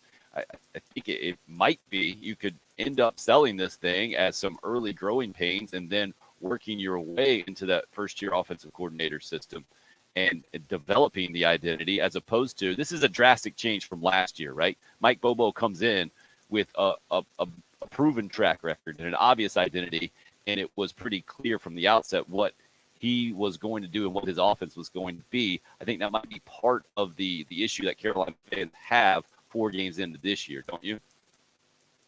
I do. I think that, you're just seeing such a struggle. 3 out of the 4 games, South Carolina's gone 3 and out on the opening series. You've got against the FBS opponents, no touchdowns against Georgia. Well, I mean, no touch. Is that right? No touchdowns, no offensive touchdowns in the first half. I feel like I've said that, and even saying it again. Yeah, in the first half. Yeah, I mean that's kind of I think what you see. And it is, you go back 51 plays the other night, and South Carolina had the ball in some really good field position and couldn't convert. So I understand. There's a lot of people. I think Tim, Patrick, Jen, you hear Marcus Satterfield, when you hear that interview yesterday, you can like it, you don't have to like it, whatever you want to feel about it. But I feel like I hear a guy who is agreeing with the fan base. I don't feel like a guy who's trying to defend what's happening and saying, oh, no, this is going to work. Just be patient. Like, he's telling people, yes, it stinks and we have to get it fixed, and we have to get it fixed ASAP. But again, Bill, I guess, are you kind of comparing that to the previous coaching staff or how it's been talked about before, some struggles? Because I don't know what other options he has at this point other than say, no, this is what our offense is. It just hasn't been working yet. I do. I compare it. I think you're right. I compare it to the previous coaching staff, just in that you're at least getting a coach who's acknowledging what the fans are seeing. And maybe, Tim, that's just because we're getting to hear from a coordinator. But I don't know if that buys him any sympathy or any more time with the fan base now. I don't feel like it does. I feel like people are making decisions as this is happening. But I do think that there's something to be said for Marcus Satterfield openly admitting, this is not good. It's going to be better. We've got to get it fixed. We've got to run the football. What was the exact line he used? I know it feels like 1985, or I forget. Yeah, it's very 1985 to say. Yeah, but he knows it. He knows that's South Carolina's bread and butter, and he knows what they've got back there, and he knows it sounds like a guy who's saying, I know we have the ability to run the football, and we've got to be able to find a way to do it. Patrick, sounded like you wanted to get a comment there. Well, yeah, just about his grading himself. I feel like the easy thing to say is just, I give myself an F because it's not been good enough, and all of this falls on my shoulders. But he kind of split the middle there, saying, C- could be better. I felt like we had some of the right plays, and I just feel like the easy football guy thing to do was like Tom Brady will be him after a loss where he threw for 400 yards and say, I was bad today because we lost, and it all falls on my shoulders. Like, I feel like that is the football guy thing. It's just not what we heard from the previous staff. But I see coaches do that stuff all the time because it's kind of the cop-out answer. Interesting situation the Gamecocks are in, especially offensive coordinator Marcus Satterfield. More comments from his media availability yesterday as we roll on, kick off the second half of the program next. It's the early game on 107.5 The Game.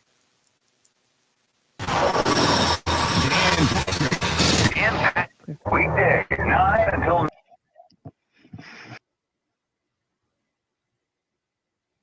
Another huge weekend of college football is coming up. Also, final weekend of Major League Baseball. You got some NFL. All that means you better be ready to go this weekend. It's going to be fantastic. Weather's supposed to be great as well.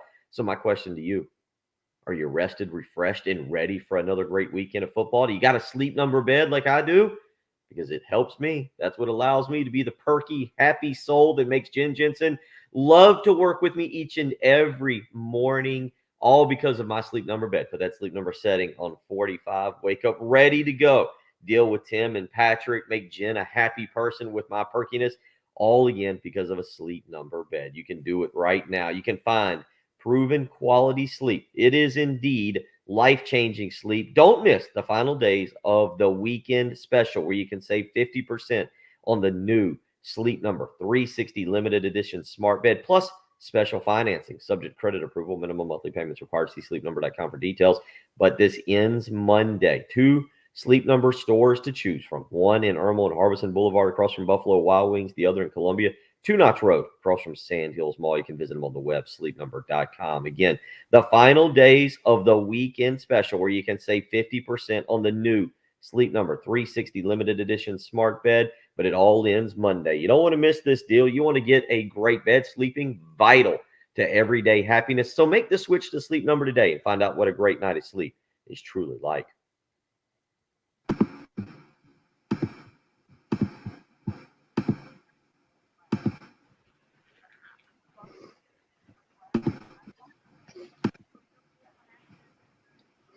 I just remember this. I tried to saw a recipe, or my girlfriend sent me it was probably a TikTok of you can air fry eggs apparently. Yeah. Just make like great hard boiled eggs. And I did it this morning and it was a disaster. Wow.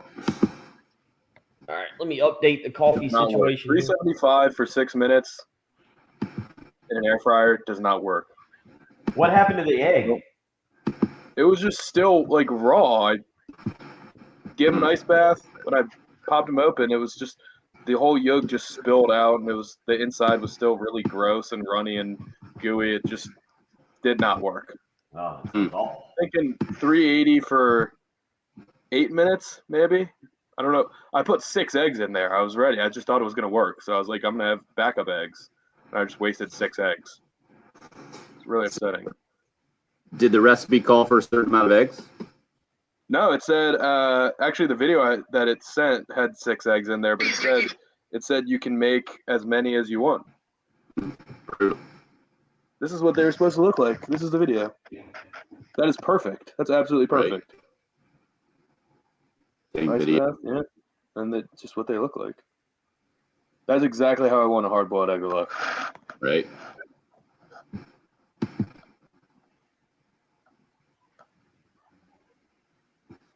Nice work, Anthony. 67. Perfection. RL. I see what he's doing there. That's right. You know what they say. If you're going to make omelets, Patrick, but you weren't making omelets. Don't just watch the TikTok and assume that the recipe is going to work. What? Are you saying that you may not be able to totally trust the internet? This is a page, Pearl Ma, recipes and reviews. That video got 963,000 views. I wonder how. I'm going to read the comments. Might be able to move back here for the last hour. I think I'm getting to the point my legs are. Can't see that. It's just too bright. A bunch of egg puns, I followed the directions exactly.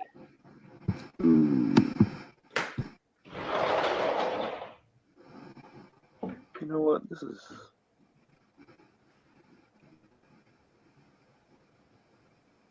Got to get. None of the comments said this didn't work. I did exactly. Sunrise.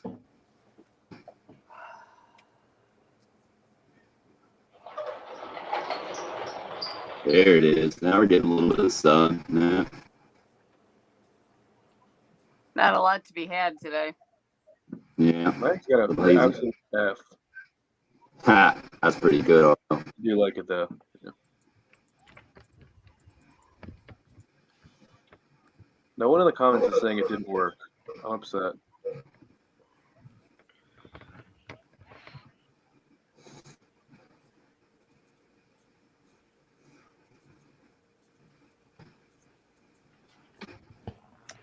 So we're going to need to allow like 4 minutes for the next break, which is before the dime.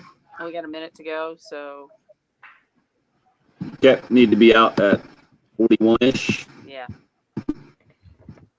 Oh gosh, I think he's actually calling now. Do you want to take him and? Yeah, I'm break fine to do after? that. Yeah, that's him. 1075.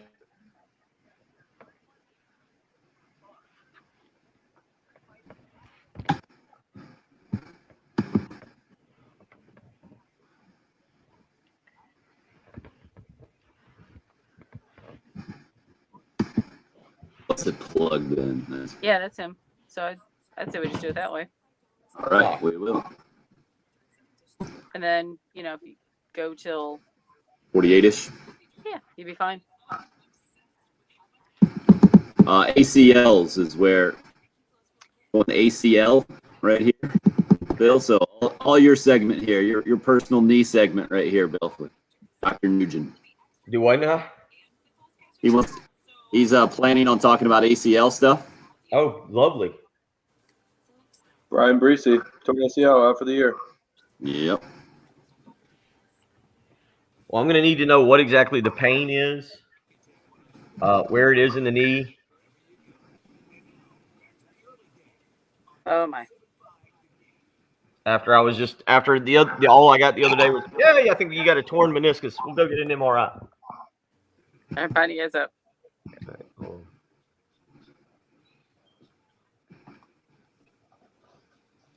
Plenty more football talk to come in a few minutes. Right now, I want to take a brief detour from the show and give you some, instead of the usual nonsense, some actual information and expertise on the show as we go out to the Love Chevy phone lines now. And as we do every week, typically on about this time, we get some information from an expert, a doctor from Prisma Health Orthopedics. Today, it's Dr. Frank Nugent joining us on the Love Chevy phone lines. And Dr. Nugent, I hear that you are a big Alabama fan. Would you like to declare that on the radio and explain accordingly? Being a relatively tenured guy around the South Carolina area, I don't know if a lot of Gamecock fans want to hear that you're a big Bama guy. Well, good morning. Yeah, thanks for having me. I'm from Alabama, and it's been a fun run with Saban. It really has. And, one of the fun things is once Saban retires, we're going to make one phone call and take Dabo from Clemson. Oh, you know Dabo now, do you? I mean, he's from Alabama. He played for Gene Stallings. He grew up in the Bear Bryant area. There's no way you can say no. Just one comment. Love it. It's coming in strong this morning. Dr. Frank Nugent from Prisma Health Orthopedics. I know you're a team physician for Newberry College and some local high schools, and ACL is an area of your expertise. Just popped up in college football. Unfortunately for Clemson fans, Brian Brees, the defensive lineman, out for the year. Then you saw the running back Will Shipley dealing with that as well, and somehow not going to be out for the year. Can you give us your perspective on ACL injuries, and especially as we sit here in 2021, how far medicine has come with the advances in surgery and being able to get guys back on the field relatively quickly, especially compared to what it used to be, which was a career ender? Yeah, certainly. So I think we're doing a much better job with the surgery, compared to 10 years ago. We put the ACL, the reconstructed ACL, in a better place, better understanding, more comprehensive rehab, and so overall I think it's better. But it is, it's, as you know, it's a season-ending injury. It's a big deal. There's a risk of additional injuries, the meniscus cartilages and the other ligaments. And so what I really want to touch on today was how we can prevent it. And there are some things that you can do to maybe help prevent your athletes or your child or whoever from actually having the ACL injury to begin with. So the interesting thing is that women are 4 to 6 times more likely to tear their ACL than men. And so we've looked at that, done a lot of research, say, well, maybe the ligament's smaller than the male ligament, and that's hadn't really been proven. Knee structure is a little different. And one of the things is, that women have a wider pelvis and tend to be a few degrees more knock-kneed than men. And that actually affects how you land, because 70-80% of these ACL injuries are non-contact. You jump and you land and the knee goes out and there goes the ACL. Men are more likely to get a contact injury than women per se. But so, it's a big problem. And so we have some, we also looked at that, with our strength imbalances, there's obviously the anatomical reasons as mentioned. The neuromuscular things, like maybe the muscles aren't firing as well for women as men. They're more what you call quadriceps dominant. So their quadriceps is for their hamstring, and the hamstring actually protects your ACL. And believe it or not, they've actually found some estrogen receptors on the ACL. And so they've tried to link it to the menstrual cycle. So if you think you watch the match as it is, imagine if she's tearing her ACL, So so on the prevention thing, you say, well, what about bracing? We do brace some linemen that don't need as much mobility per se as compared to running backs or receivers.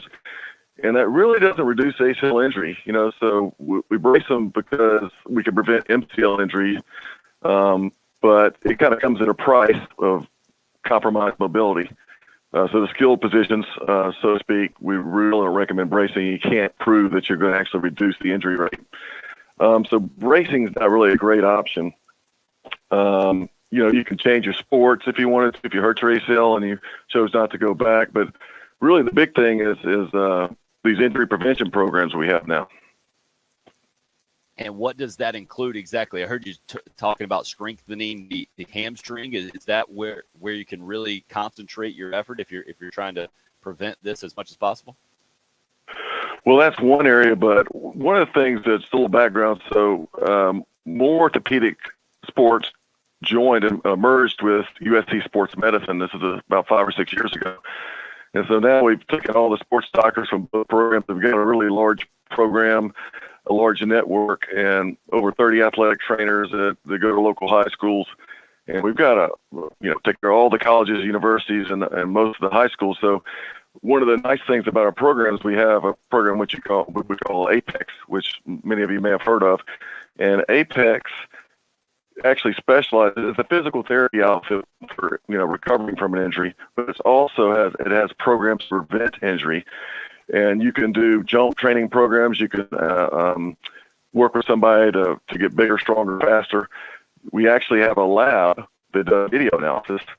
And so for throwing athletes or, you can look at their pitch, how you throw. They come up with, where are you tight, what muscles need to be strengthened relative to others. And we even have a golf simulator with Puggy Blackman that, if you're coming off an injury from surgery or whatever, total knee replacement or a spine fusion, and you want to, work on your golf swing, we have that as well.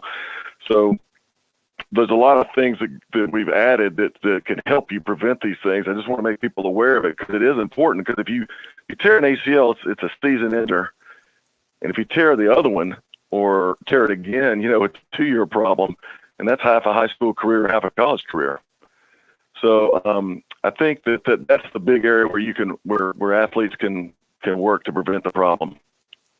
Again, and we have a place at Lexington as well as Hugie Street downtown. Sure, the downtown one is unfortunately the site of maybe one of the worst athletic competitions of all time. When we were there not too long ago over at Apex Athletic Performance, and Bill, what are you diagnosing your injury from? You trying to run the 40-yard dash as fast as possible? Was that just a torn hamstring? Where were you at on that? No, it was a pulled. I'm pretty sure it was a pulled. Okay, I'm pretty sure it was a pulled.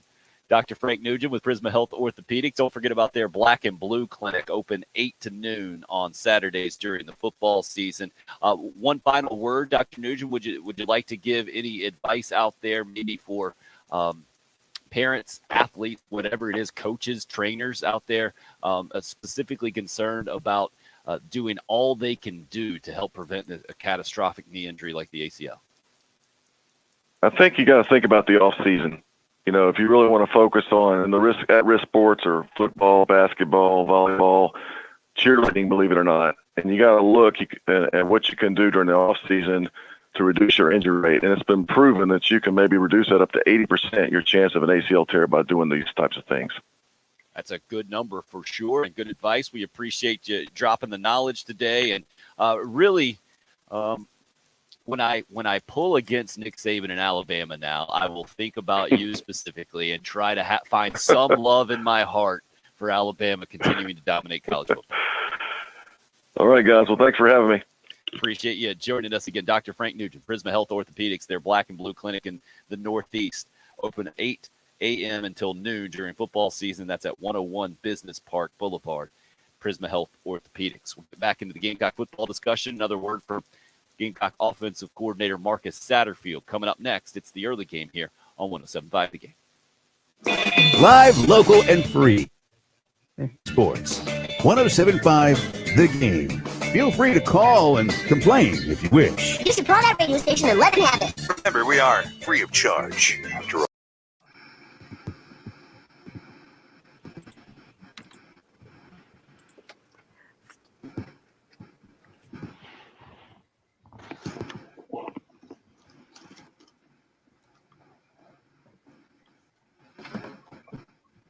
So that took an interesting turn, huh?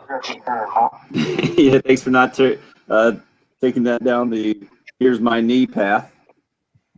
No, once he started diagnosing women's ACL tears and relating them back to other women stuff, I was pretty much done with that one. Well, that's the great thing about being a doctor, right?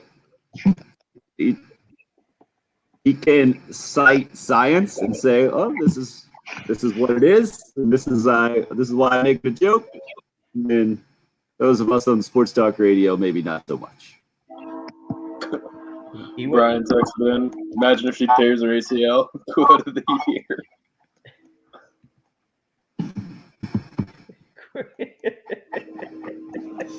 Oh, wow. Oh, wow. It was a good one. It was. I don't think he expected dead silence after a couple of his one. I don't know if any of us knew where to go with that. We were just like, yeah. Yep. Yeah, you all weren't sitting out with a beer. I kind of Tim had the in the middle of the screen the guy's picture up. I felt like I was leaning around just to see how anybody else was taking. I was like, oh, okay, they're smiling. They're with me on that. I'm not going to stop him. I'm going to let him keep going. All the whistling. Attaboy, David. An endorsement for Dr. Nugent. Anybody's willing to talk to us on the radio. Got to be a good guy. See, we just got to take the way to not laugh at the joke. What's that? You think he worked on that one all night, thinking he would get some giggles out of us? No, I actually do think he was. I do think he was funny, but I think he hung up and said, "Damn, really thought those were gonna hit." These guys are done. I definitely think that's what he's thinking. He's like, how did they not laugh at that? We should have. I regret not laughing. Should have had Jen jump in. What are you trying to say, Doc? Right. There was part of me that was thinking I can make this really uncomfortable, but I can't remember. He tried to land one before that too, though. I can't remember what it was. That's true. He did come out. I wasn't really ready. I wasn't really ready for it, but he did come out firing with the Alabama's taking Dabo joke right out of the gun, didn't he? Yeah. Came in strong. Cool I like it. Oh, that's one of my pet peeves, though, of a typical morning shows, like the fake laughter on interviews, especially. So I'm not going to be that guy. It's just hard to make someone laugh out loud. Well, in real life, but except on morning shows, like that's probably my only critique of Dan Patrick in his interviews. I feel like it's always he is ready to giggle at anything they say. And I'm like, man, that wasn't that funny at all. Yeah, there's one show that I've heard, and the guy has this over the top obnoxious laugh, which could make you laugh in small doses, but they use that all the time, and it's horrible. Yeah.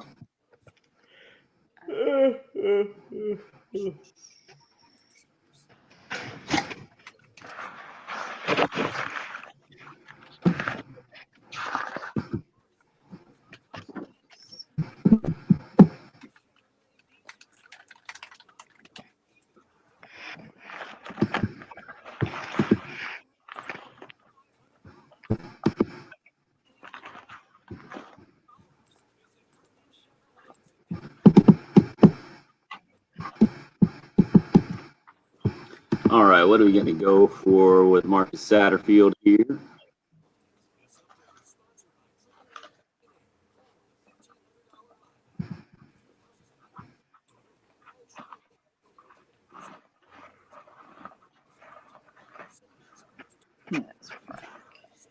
Let's do number one, Jen, coming back.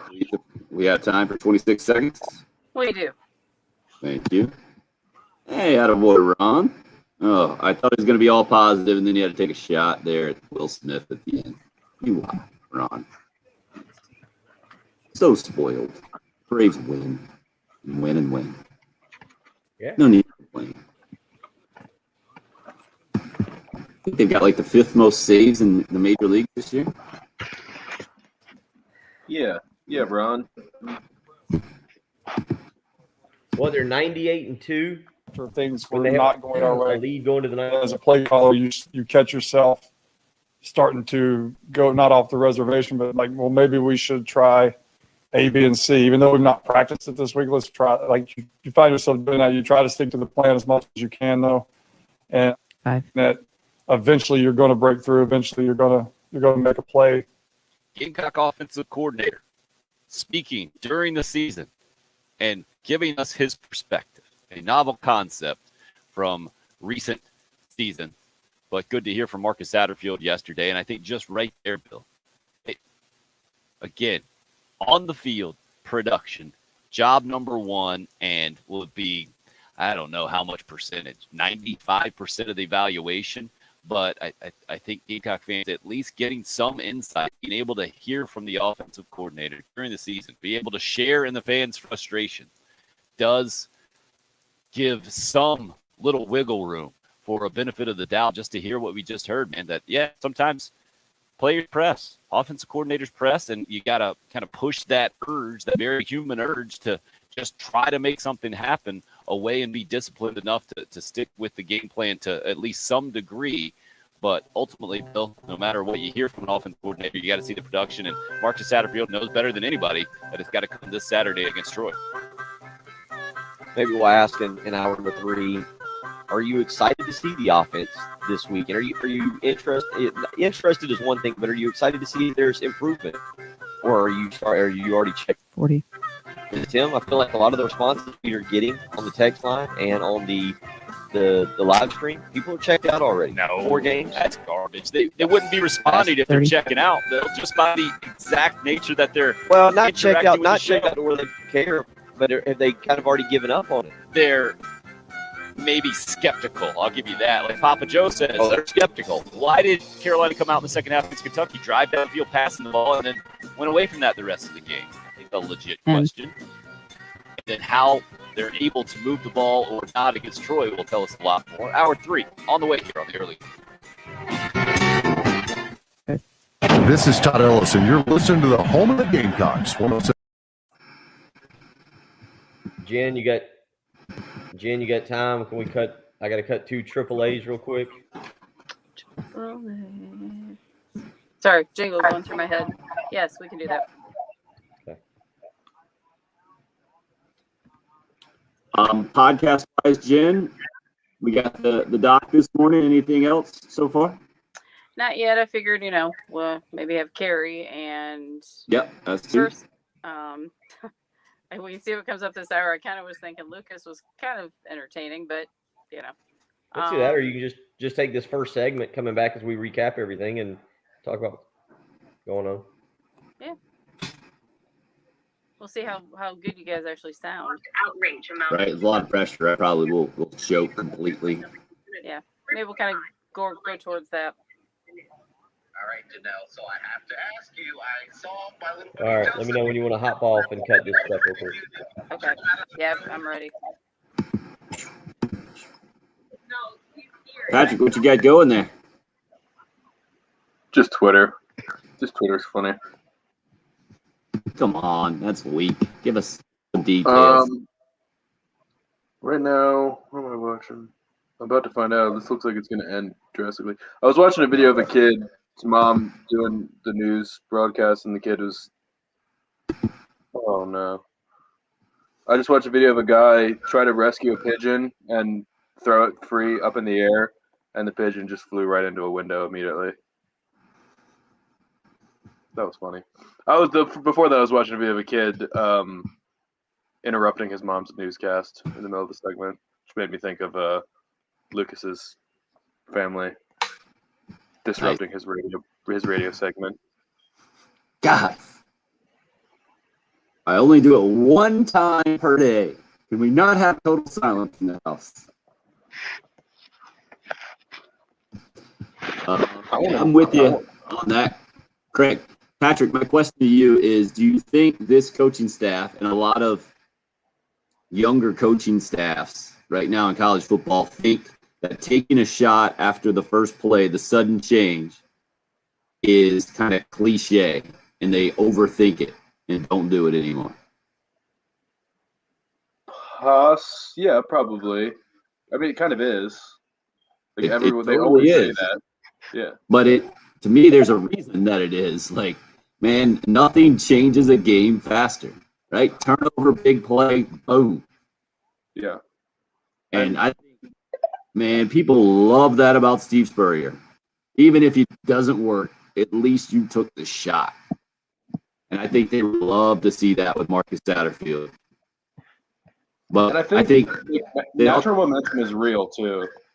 Right? But I think it might also be ultra conservative. Hey, we need to stay on schedule. 2nd and 10 isn't schedule. So we need to pick up some yards and cash in on this momentum. And it's been too conservative, or just the running game just hadn't worked well enough. Yeah, because I think everyone does have a little extra energy. Like there is something about that. When the defense makes a play, the offense comes out buzzing. It just you can feel that. Sure. But and also maybe like the defense in theory. And a lot of times when there's a turnover, if it's early in a drive, then the defense was probably just on the field, and you might be able to take advantage of them like tired legs. But I guess that would also lead you towards, well, let's just run the ball because these defensive linemen were just on the field and they're tired. I can go both ways with it. Good luck out there, Robin. Remember, the children are our future. I did see the video of the guy capturing the alligator in the trash can. That was wild. Did you see that, Tim? Yeah, I saw. I almost retweeted it. I guess it was down in Florida. That was nuts. That would have terrified me. How about the fact that he was just doing it by himself? Yeah.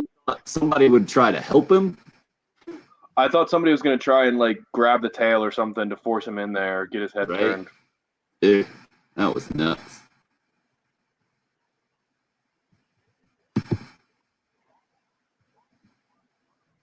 But that's the thing, Craig. That's the thing about Spurrier that people, even if you hated him, you had to respect, right? He was not going to let the defense dictate how aggressive he was going to be. You could throw it down the sideline, man. Say, throw it out of bounds or throw it to our guy. Give only our guy the chance to catch it. Doesn't matter. And the safety's coming over. If you run the right routes, you're going to be able to take your shot. And that's the thing, too. You do that enough, the other team knows it's coming. You fake that, then you take the shot down the middle. I think you're talking about Georgia when they punted down to the 1, timeout there. They thought they were going to take a shot. Oh, you're talking about nearly got another safety. Yeah, there's a lot of baggage there. And that's the thing, too. You got to have the personnel. But the Kentucky game was the ideal time to do it, right? Where you're getting the field position, take a shot. To me, it just shows how little confidence the coaches have in the line being able to protect and then being able to pick up a first down if it's 2nd and 10. Or if you get sacked. Because of the struggle so far, I get it, man. It's a tough job right now, offensive coordinator at Carolina. Yeah. I don't know. I just think there so many offenses in college football just take shot after shot after shot. Like the whole game is just deep shots. Right. But that's the way kind of offense is designed, right? I also think in college and the NFL, the offenses are so high powered and on the same page, and they're just machines that you can take chunk play after chunk play after chunk play and work your way down the field methodically. But in college, it's just harder to do that because someone's going to ultimately make a mistake, and defenses are more happy to just let a college football team try and 5-yard chunk after 5-yard chunk their way down the field. And that's why there's just more big plays in college.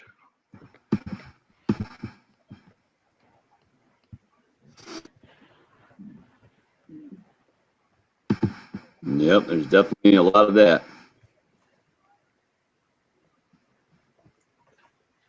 That's a good point there, Hope. What do you do after you capture an alligator in a garbage can? Oh, I missed this. Well, I heard y'all say something about you're supposed to make grab the tail. Oh, Somebody caught an alligator in a trash can. Video on the internet going around. Oh, good. So it's not a challenge? No. Was there a cut you wanted? Okay. No. You're up. Hour number 3 on a Thursday. A couple of days ahead of Carolina and Troy, which during the preseason, did we pay attention to this game at all? I think if you really analyzed the schedule, you saw it and you thought, all right, this is a game that could sneak up on Carolina. I would not have predicted the line to open in single digits like it did. I would have thought Carolina would go in 12-point favorite or so in the preseason. But to see what the Troy defense has been, number 4 in total defense in the country going into this game, to see the offensive struggles that Carolina has, I think Bill, I don't know if you looked at all the games. Somebody hit us up and said this is the lowest over/under in the country this week at 42.5. I'm wondering where you guys feel like this game has evolved to, because the importance of it is pretty massive from the offensive side of things. And Bill, you just mentioned towards the end of hour 2, just a few minutes ago, how you think some people are checked out already. Are you talking about from Gamecock football, or are you talking about from the offense and the idea that this is going to be a good college football offense this season? Yeah, offensively. Checked out's the wrong word. I should say that they've given up. Resigned to the fact that this offense kind of is what it is at this point. Yeah, they've given up that.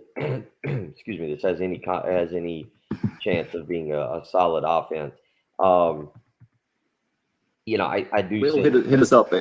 Will hit us up. Just sorry to interrupt, but on that idea, he says I checked out at the end of last year. Didn't listen to the games. Canceled Big Spur and Gamecock Central subscriptions. Refused to talk to fellow fans about the team. I think everyone is anxious right now. I wouldn't say checked out. Bryce says, I think you're right, Bill. People are checked out on the offense. I know a lot of people I was with at the game, and even myself, felt like, well, this looks like an offense that may not be fixed until the offseason. That offensive showing against Kentucky was depressing. Scott says, not excited about the offense. They haven't done or shown me enough to get excited. If they lay an egg and lose on Saturday against Troy, I'll be ready for Michigan State basketball, the misery that causes in my life. So there are people agreeing with you out there, but I agree that I think you took it a little bit too far with the checked out part of it. Richard uses the analogy of banging your head against the wall. It doesn't mean you're going to put a hole in it. You got to do something different, because what Marcus Satterfield has done so far isn't working. He thinks, eventually it's just going to work. He says, shaking my head in that text on the Cool Care Heating and Air text line at 803-404-6100. Go ahead. Yeah, and I just ask because I'm kind of excited to see what South Carolina's offense does on Saturday. Luke Doty's second start, but basically his third game, because he only missed one series against Georgia, so his third game this year. It is a step back in competition from Kentucky and Georgia. So you feel like you had your 2 preseason games essentially in Eastern Illinois and East Carolina. Then you really took the big jump up in the weight class there to Georgia and Kentucky. Now you come back down. Did you learn anything? Does it help going back from the speed and the strength of Kentucky and Georgia to where now maybe it's a little bit easier opponent? I'm interested to see all of this on Saturday. I'm kind of excited. You'd say I want to see. To me, that first series. And I've asked this of Heath Klein on the pregame show, and I'll ask you guys this Saturday.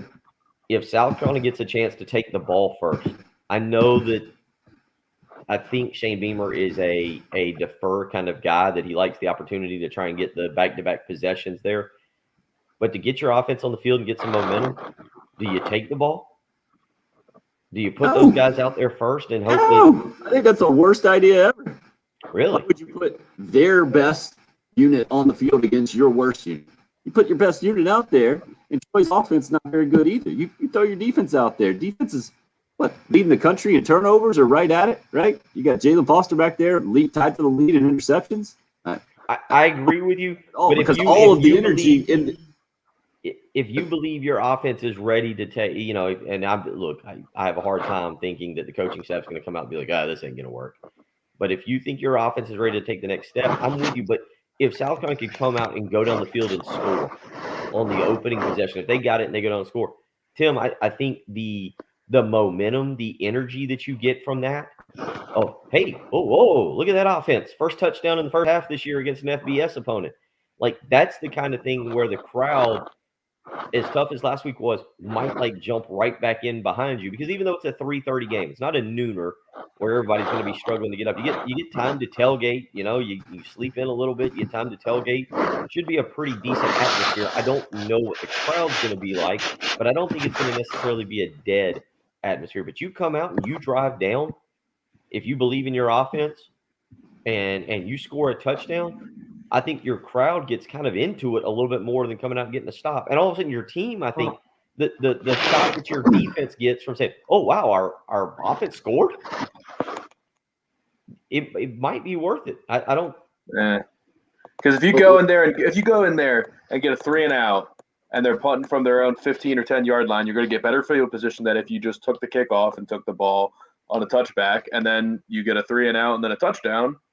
Then they're going to be even more excited. Bill, no one's disagreeing with your hypothetical if, right? But what a coaching staff has to do is not make decisions on belief, but on risk reward, right? What about the other side? How big is the risk of that 3-and-out? I mean, we saw Carolina go 3-out against Eastern Illinois on the first possession of the game. You know, we see them get 3-out in 3 of the first 4 games. Why would you risk that, sucking all the energy and enthusiasm out of the post-2001 entrance and what you have going for you when you have a pretty proven defense at this point? And Troy is on the opposite end. I think they're a pretty proven non-explosive offense on that side. They're a pretty proven defense too. Why risk that when you have a relative safe play? You also saw it was the one offensive drive of the game for Carolina last week, coming out of halftime. Clearly had made some adjustments, marched it right down and scored a touchdown. I don't the reward being anywhere close to the risk in this situation. Say what you want. It should also be noted that 3 out of the first 4 games, South Carolina's given up a touchdown on their opening drive. That's true. Kentucky did march right down. I'm not saying Troy. You're right. Troy's the worst offense, FBS offense that South Carolina's faced. But it does. You can make the argument now. Again, East Carolina hit a trick play. It's not like they went 10 plays, 75 yards to get you. And Georgia's offense is really good. Kentucky did go down on you. Hey, they marched down on you with little problem. I almost, Tim, while I agree with you, you discuss like deflating things. Troy going down and scoring on you, and you coming out and going 3-and-out, almost is deflating. Probably more deflating than you coming out and going 3-and-out, and then maybe the defense coming out and knowing their back's already against the wall and getting a stop. It's a thought. It's thought. I know a lot of people trust. Well, actually, I'm not sure anybody is even with me on this thought, so that's fine. All I'm doing is throwing out a question, and I see where everybody's head's at, and it's no. You kick the ball and you put your defense out there. There with you, Tim. There with you, Patrick. Nobody's even close to my side. But also remember, as good as this defense has been, all 3 games against FBS opponents, the FBS team has scored on the opening drive. Now, after that, South Carolina's been fantastic. They've allowed 2 games. There's been 2 games where they completely bowed up and been able to keep the other team out of the end zone. But at the end of the day, I'm interested to see. I guess they didn't keep East Carolina out of the end zone, but you get the point. That was still a very short field that East Carolina was able to convert on to get to 14.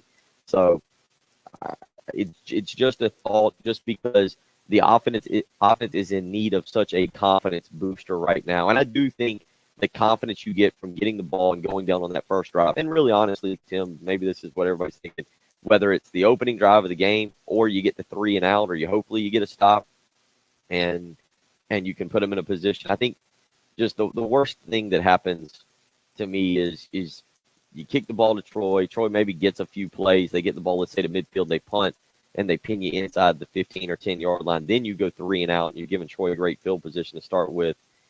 I'd almost be as concerned about that. The opening part of this game offensively, when you guys agree, just from almost a fan standpoint, you feel like fans might be ready to boo. I don't think they booed the Kentucky game. I could be wrong. I might have missed that, but I don't think they booed. But you come out and the first 3 series don't go your way, you feel like we'll hear some boos on Saturday, yes? I don't know. Not necessarily. Game number 5 for a new coaching staff. Maybe if you get some drops, right? I feel like that's the easiest thing for fans to boo about.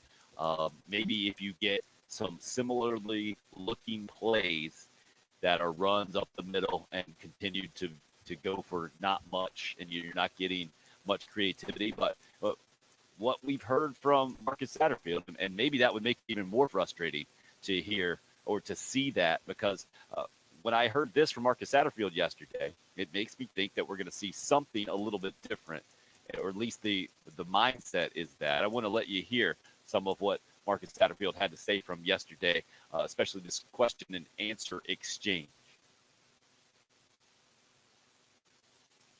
What are the main things you want to see from the offense this Saturday against Troy? We have to run the football.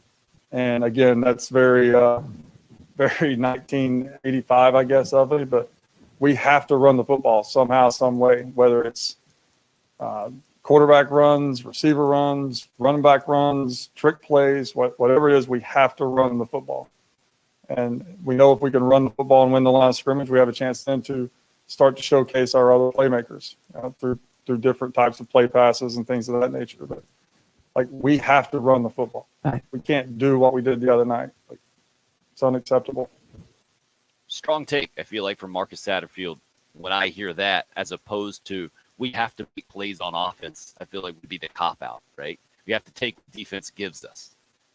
So I translate what I just heard, because I was trying to think, coming from the Joe Brady school recently, having been an assistant with the Carolina Panthers last year, with Joe Brady kind of coming in and being the wonder kid of football that he is.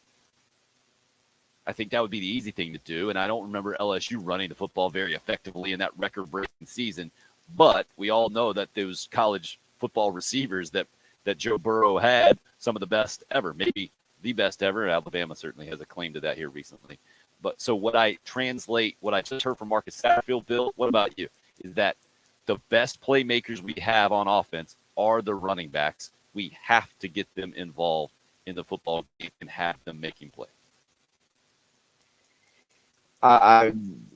Yes, and what I agree with him, but does that mean you're going to skew? Does that mean they're going to come out and skew very heavy to the run to start this game? Or is that gamesmanship and they'll come out and throw it? What do you guys think? Yeah, I don't think that was gamesmanship at all. I mean, they might come out and throw the football if Troy is all stacked up in the box, and that's what helps to open up the run.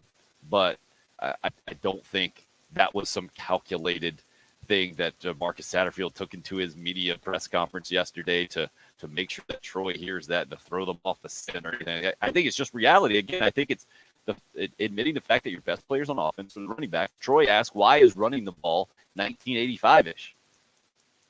It's not. No, but it is to say it how he said it, right?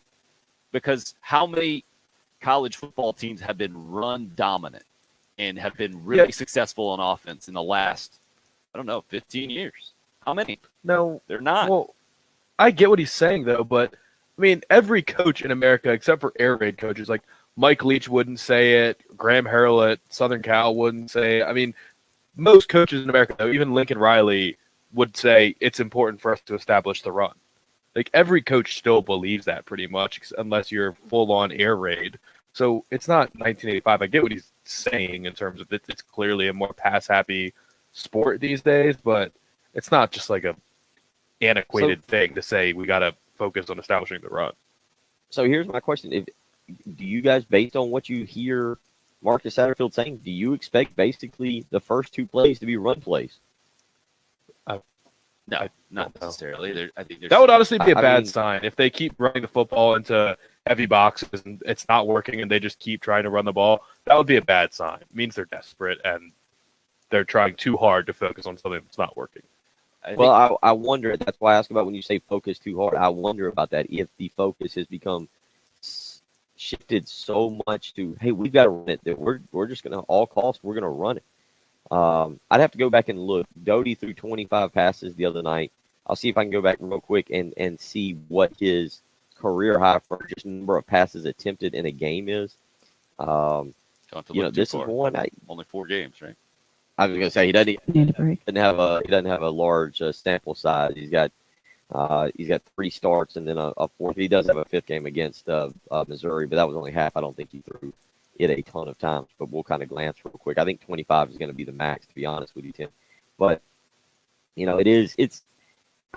I'm interested to see it. He did throw it 26 times against Georgia, so right now there's your number, 26 times against Georgia, and I don't think he topped 26 last year. But again, I'll look very quickly here and see. It's going to be interesting to see how they attack Troy, and if the emphasis goes overboard on trying to run it. Real quickly, against Missouri last year, 23 times. Georgia last year, he threw it 22 times. And at Kentucky, he threw it 25 times. So interesting that Luke Doty, with 2 different offensive coordinators, the 5 games he's really played, all of them between 22 and 26 passing attempts for him. We see you guys on the Love Chevy phone lines. Hang with us, if you will. We'll get to your calls when we come back about Carolina offense. It's the early game. It's 107.5 The Game. This is Gamecock basketball head coach Frank Martin. And to 107.5 The Game, WNKT FM, Eastover, Columbia.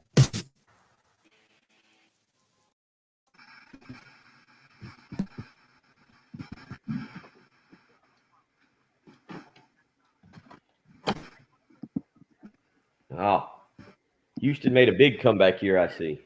That was a great line from Troy. No, it was from Ty. Patrick looks like he should own a Trans Am. He does, kind of. I hope you're taking that as a compliment that it was. I'm a Renaissance man. Can I say it? That is not what I see a Renaissance man do at all. With a Trans Am, do you have to have a black leather jacket, or what's the proper like driving attire? Sounds right. Maybe a jean jacket. Jean jacket. Definitely got to have a jacket, right? It could be. Yeah, I don't own a leather jacket, unfortunately. No, me either. Never owned one actually. What about you, Bill? You have a leather jacket? Do I have one now? No, I have had 2 or 3 in the past. I think the leather. I think my last leather jacket was late 20s. Oh, Patrick's going for props now. Now he's busting out the jackets. We got multiple jackets. By the way, what's on the whiteboard? Is that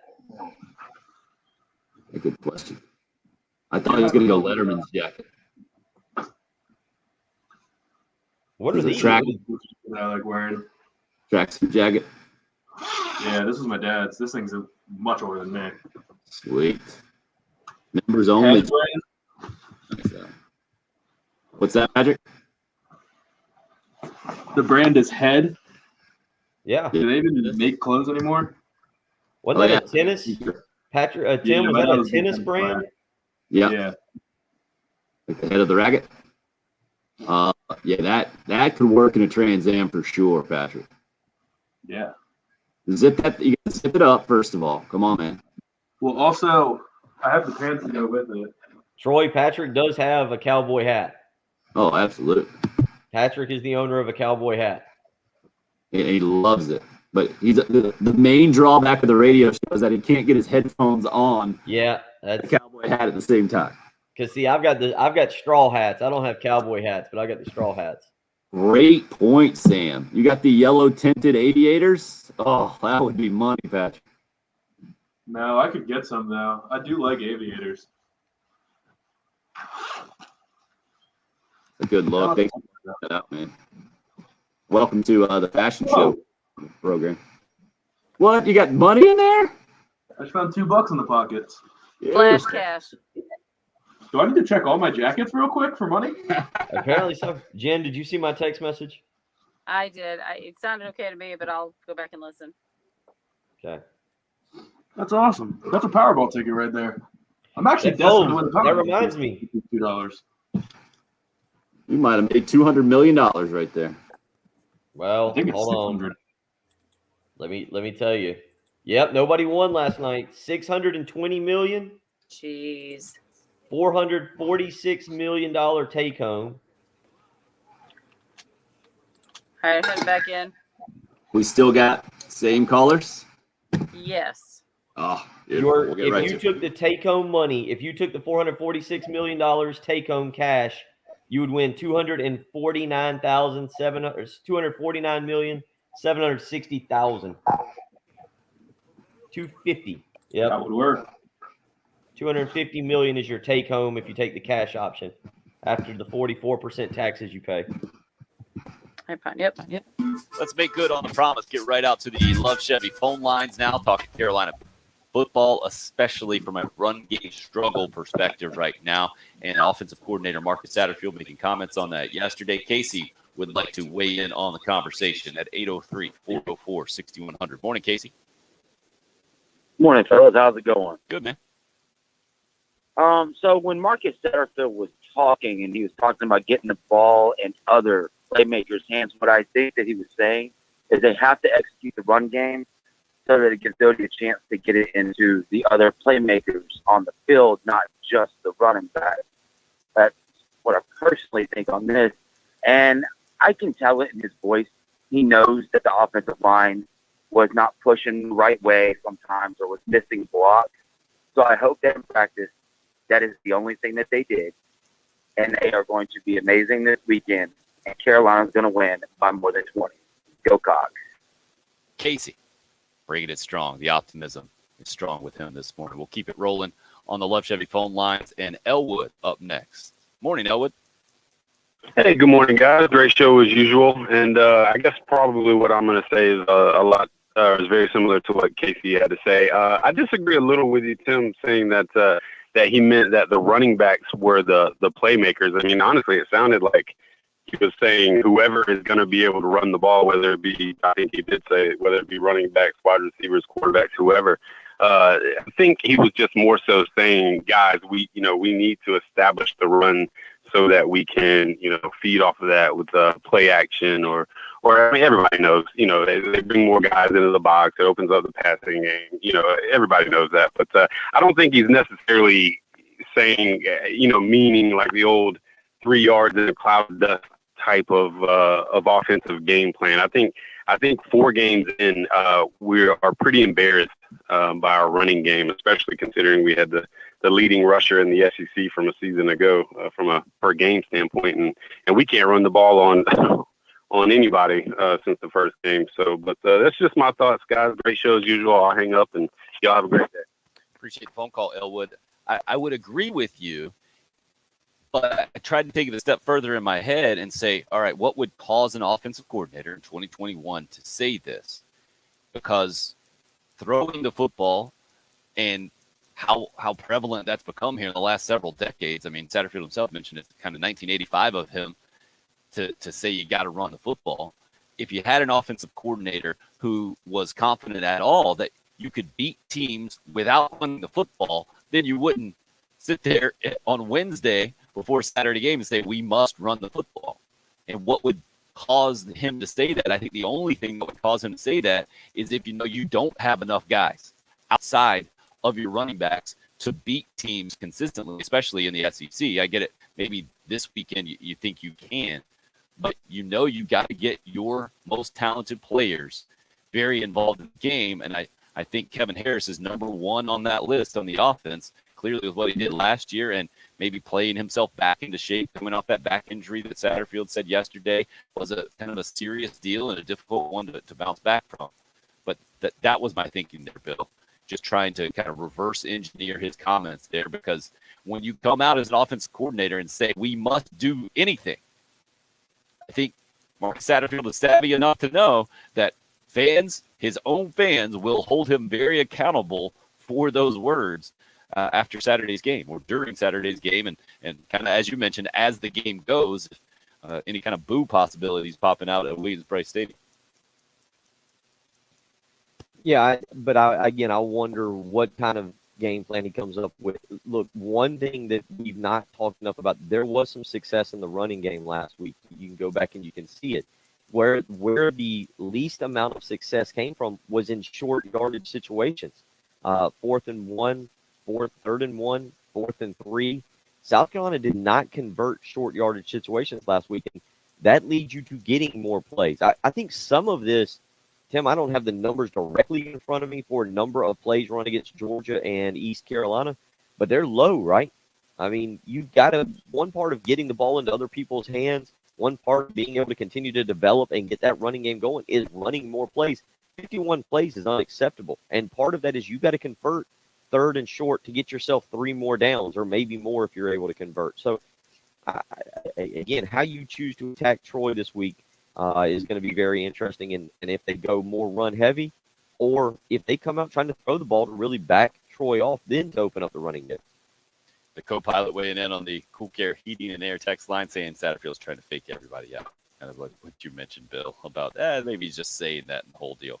Timbo on the text line says throwing 25 times a game looks about right for the Gamecocks, but when you only have 51 plays, it's about half, which again sounds okay, but most of those passes were forced from low yardage runs early in the set of downs. I think they have to stretch the field to have a chance to run. The offense does have an identity. They can't run efficiently yet. 803 Do you guys know where South Carolina ranks in plays per game nationally?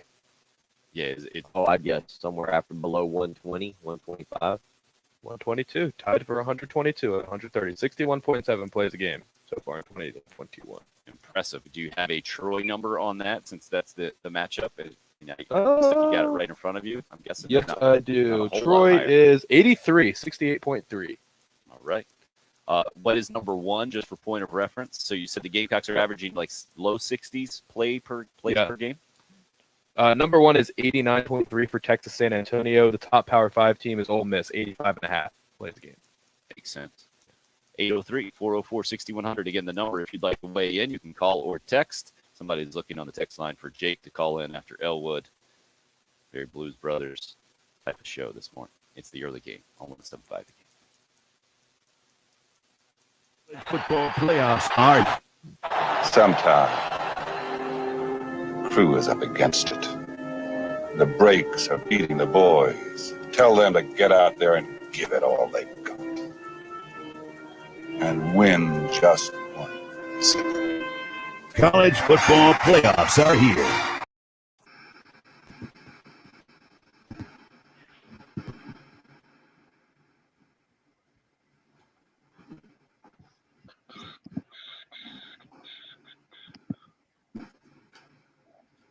Where's Tim?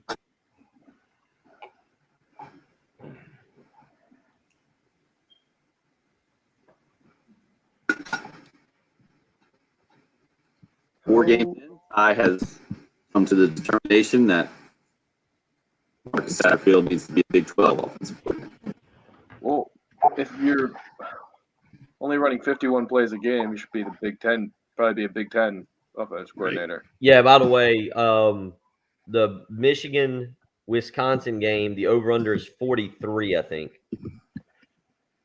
Right there at it. Same number. I think that was 43 and a half.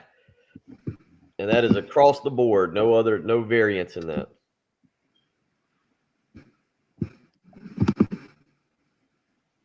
Clemson is 124, tied for 124 in the country plays per game at 61 on the dot. Wow. So actually worse than Carolina. Right. That was Heath's point the other day during his show. If you were wishing to have a better offense as a Gamecock fan than Clemson's, you've gotten that wish. You just didn't think it would look anything like this. Oh, this is an interesting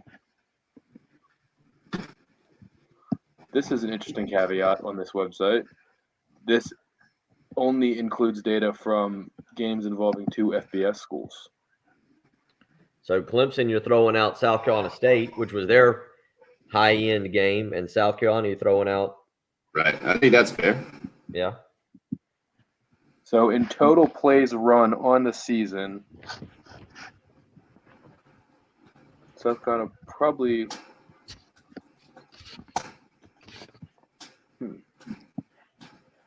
Oh, there's still a lot of teams that only played 3 games. Yeah, that makes it much more difficult to sift through.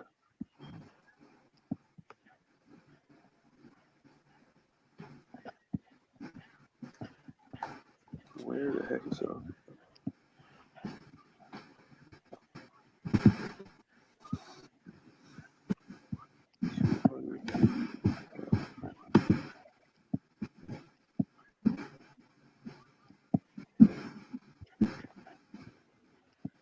The NCAA.com stats website is not easy to get through.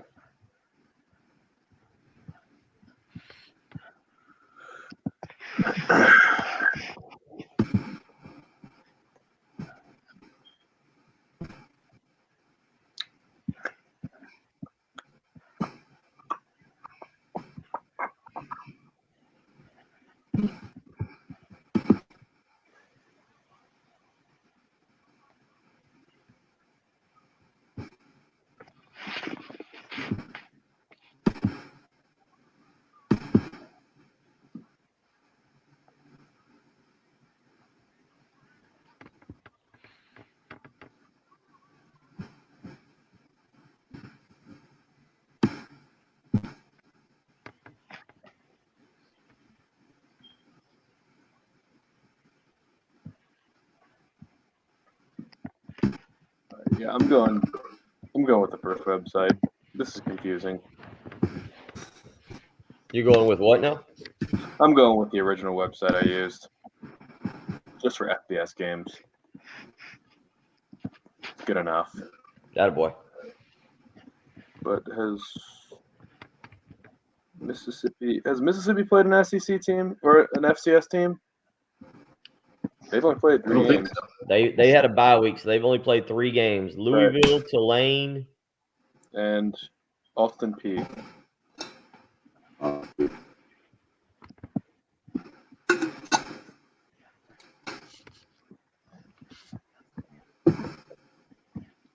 You want to guess who number 130 is? 130 out of we're talking plays per game? Yep, they are a Power 5 school. Like, a Power 5 school. I think I know what it is because I've just been looking at some other stats. Go ahead, Bill. You want to guess first? I mean, I feel like is it Iowa? I think it's Wisconsin. Nope. No, it's actually where are Iowa and Wisconsin?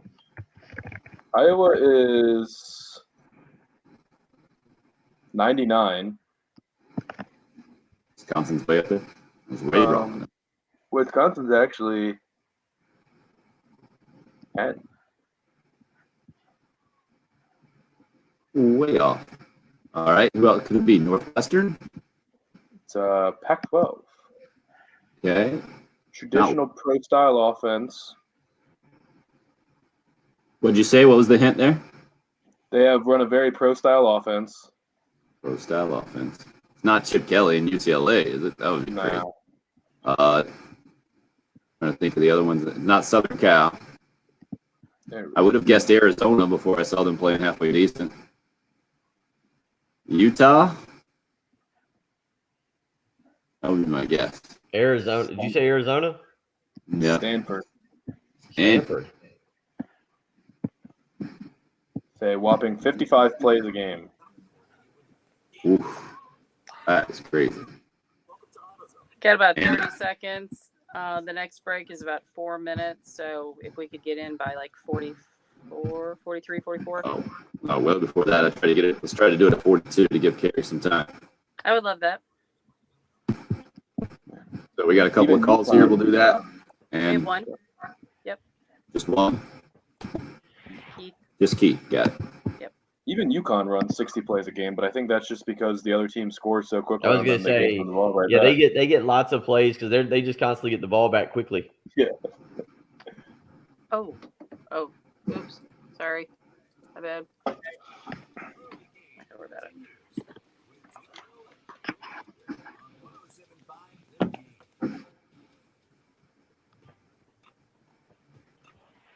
All right, here's Rip. We must run the football. What Carolina offensive coordinator Marcus Satterfield talking about yesterday, part of what he was talking about yesterday, also admitted that he doesn't think his offense has an identity yet through 4 games and is looking to change that come Saturday afternoon against Troy, who's ranked number 4 overall out of the 130 schools in Division I college football in total defense coming into the ball game. So will be a challenge. To what degree? I think that's where we could argue exactly, because the 4 opponents that Troy's played this season, not exactly the class of offensive football this year around the country. To add to the conversation, why don't we get out to the Love Chevy phone lines right now? And Keith joins us on the show. Hey, Keith. Good, man. Just out and get y'all's opinion. If Coach Satterfield says, and we all hear you have to run the football, you have to stop the run. So if Coach Satterfield says, well, we have to run, you obviously emphasize that, said it several times. If we continually cannot run the football very well, then does that actually mean that he is saying that, offense is basically doomed for this year, which means the season is doomed? Doomed maybe meaning not going to a bowl. But if we continue to not be able to do that, isn't that in a way what he's saying? Wait a second. Keith, did you say you're not a negative person? And then you're doomed? I just mean like these. No, I know. I know. I thought that when I said that. I miss, like people come in and just really bang on Carolina and want to fire people and all that. I don't mean it like that. I'm just meaning that. Tell me I'm wrong. I mean, I just want to know. Is in a sense that's what he's saying, that we have to run the football to have any success this year. But that's why I got to the conclusion I did with those comments. And thanks for the phone call there, Keith. Is that I don't think an offensive coordinator would come out and say we got to run the football if he felt like his offense had enough playmakers at other positions that would make plays to have a successful offense. As we've all seen, plenty of stat breakdowns in years past, recent years especially, where, I mean, Mississippi State, how many times do they even try to run the football these days, Patrick? That's the most probably glaring, obvious example of a team that doesn't care about running football, would never come out and say we have to run the football to be successful. Obviously, Carolina's not built that way. They don't have the air raid system and the whole thing. And maybe that factors into it to some degree. But even if you felt like you had enough playmakers around talented running backs to make plays, I don't think your offensive coordinator comes out and going into game 5 says we have to run the football better, unless he understands that those guys are a huge percentage of your chance to win football games, Bill. I just think that's what he's saying right now, is that the talented running backs that Carolina have to produce for the offense to be good. And for them to produce right now, they're not going to be able to figure out enough ways to do it in a passing game. Somebody else did this up a little bit earlier, saying that they heard from Marcus Satterfield that they got to go shovel passes or screens or a quick game of some sort to have success. That's not what he said. He said they got to run the football. To be successful, look, let's break down the schedule very quickly. Obviously, South Carolina should be able to win this week regardless. They should be better than Troy. I actually think at the beginning of the year, we thought Troy was going to be the more difficult game as opposed to East Carolina. I'm not sure now, given the stats and what we're learning about Troy, that it's not flipped on that Troy's not the easier game. South Carolina should also be able to beat Vanderbilt, much like they were East Carolina. Maybe not the most pleasing game to the eyes, but South Carolina should be able to beat. I think the question is, can you do it at Tennessee? Once you get past those 3 games, Tim, that's where I think you look at. If you want any chance at beating Texas A&M, at beating Missouri on the road, at beating I'm skipping the Florida game, but beating Auburn or having a chance at beating Clemson, which seems a lot more realistic now. You guys agree South Carolina's going to have to at least have some form of a running game, right? Luke Doty's not the quarterback right now who can sit back and sling it 40 times and win a football game for you. So to win one of those games down the stretch, if you're going to have a puncher's chance, you've got to have some form of running game. That's what I hear. Yeah, also, that's a good point on Doty. You can't come out as an offensive coordinator and say, hey, man, it's his 3rd game he just started, and then say, yeah, but maybe he's going to be all we need to deliver us to a good offensive season and the whole thing, especially when you got a guy who ran for more than 1,000 yards leading the SEC last year in rushing and Kevin Harris in the backfield. So to me, it's just the makeup of this team, the way this team is structured and where the talent kind of lies. That's what I take away. My big takeaway from Marcus Satterfield's comments yesterday.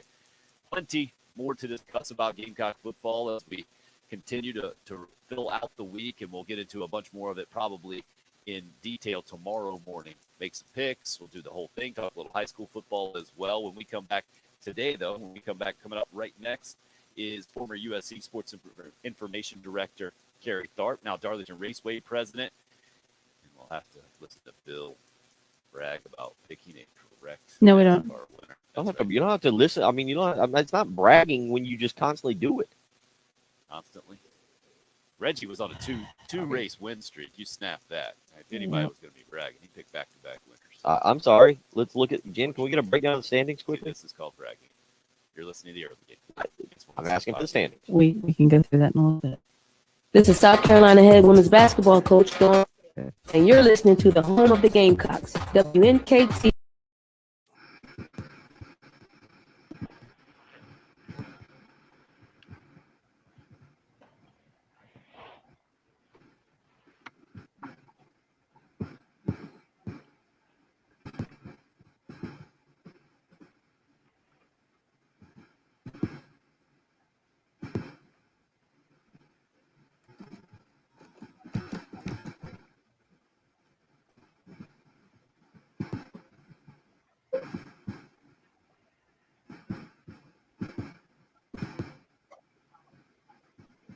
All right, little golf this morning.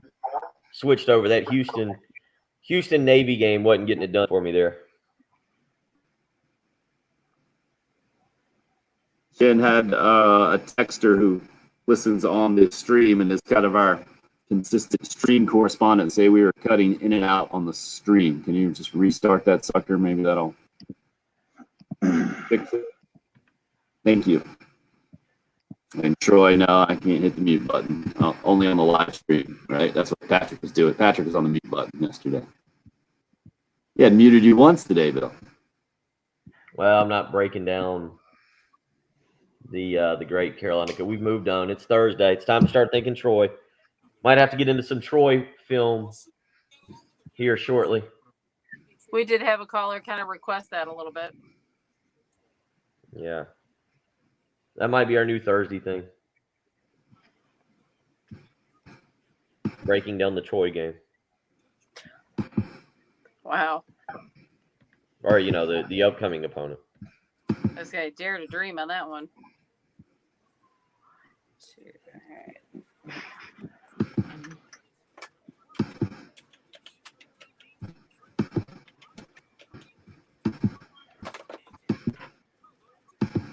Thanks for pressing that button.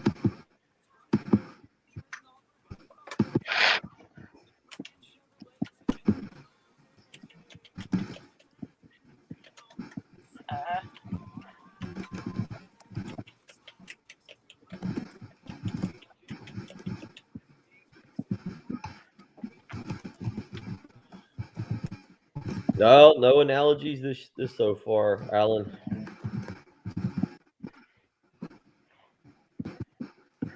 I scared him off yesterday. Yeah, Patrick yelling at people just. I feel like asking if there have been any analogies on our show is a lot like going to the courtroom and suing someone for something you're not going to win. It's true. Good analogy. Good analogy, Tim. Or it's a lot like my golf swing. You never know exactly what you're going to get. You're just hoping that it won't be embarrassing. It's a good analogy. Oh, Jason, got a lot to say.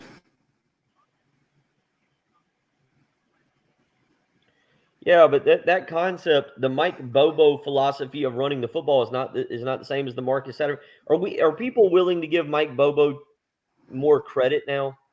Because remember, Tim, Patrick, like when Mike Bobo left, and I was like, no, his run game, that was what helped Kevin Harris. And I was like, oh, no, that's crap. It was Kevin Harris. Kevin Harris is the one that did all the work.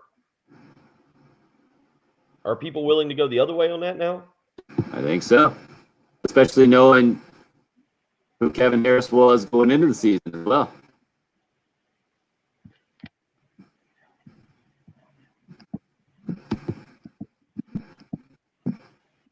No doubt, Sam. No doubt.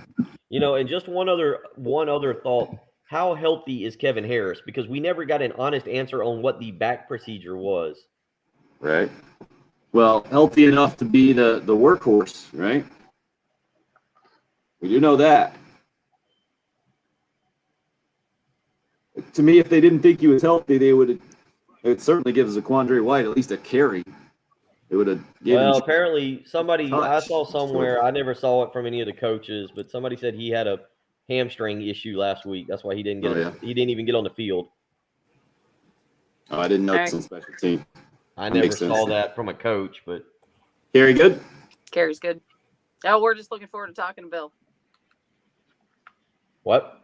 Oh. Nothing. That's right.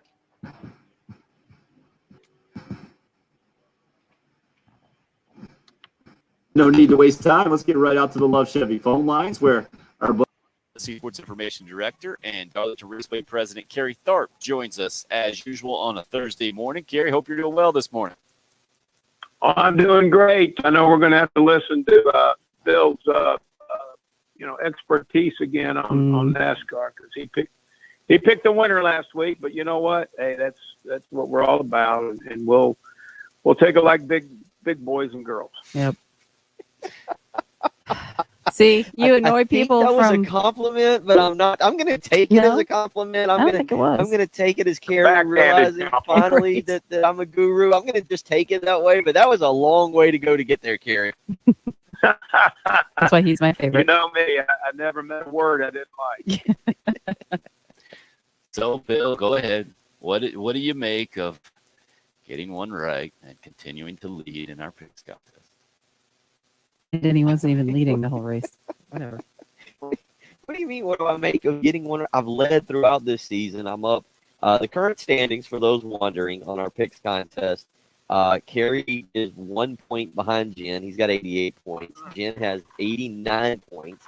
She's 2 points behind Reggie, who's at 91, and I'm way out the front. I'm almost lapping. I'm at 110 points. So I'm goodness. 19 ahead of Reggie. And remember what like y'all said, Reggie won like back-to-back races or something. Yeah. To go Making a run. that should have that's how far Reggie was behind everybody that and behind me, that he won back-to-back races and is still 19 points behind. All right, enough. That's Reggie Anderson, by the way, the local celebrity sports anchor over at WXTX and News 19. Kerry, what'd you make of the biggest race overall with Hamlin winning that thing? Well, you know, Danny Hamlin is a guy that had come into Darlington a few weeks ago without a win on the regular season. He wins Darlington, advances to the round of 12, and then he wins last Sunday at Las Vegas, so he's advanced to the round of 8. Denny Hamlin right now is kind of the guy that has emerged as you know, you better beat me if you're gonna get to the championship. So I thought he was pretty dominant out there, led about 137 laps, and you know, he now can kind of take a sigh of relief as they go to Talladega this week and finish this segment at the Roval next week, because he's already qualified for that next round. And I tell you right now, he's the guy you better keep an eye on. That's Denny Hamlin. Mm-hmm. It is crazy, you know, when for the season to be so empty or so void of wins, like all of a sudden, what happened in their camp to just turn things around? You know, I don't know. I was asked that earlier this week. You know, sometimes it's just the tracks that are up on the schedule. You know, obviously Denny's very, very good at Darlington, and so I think that was a big plus for him. And he's been good at Las Vegas, although he hadn't won until Sunday. He's had a couple of the last few times out there. I don't know. You know, I'm sure they found something. You know, with the speed of their car here over the last several weeks, and he didn't forget how to drive. I can guarantee you that he's one of the top 3 or 4 drivers in our sport right now. So I think maybe it's just a combination, good tracks, and probably found a little bit more speed in his car. He's going to be dangerous the rest of the way. You look at some of these other tracks that are out there that are coming up. I mean, he's very good at Martinsville, which is a cutoff race in the next round. So, you know, he's a guy right now that is going to be feeling pretty good about at least getting to Phoenix and having a chance to win the championship. And this week, heading over to Darlington. How do you see it, Kerry? Go ahead and give us your pick.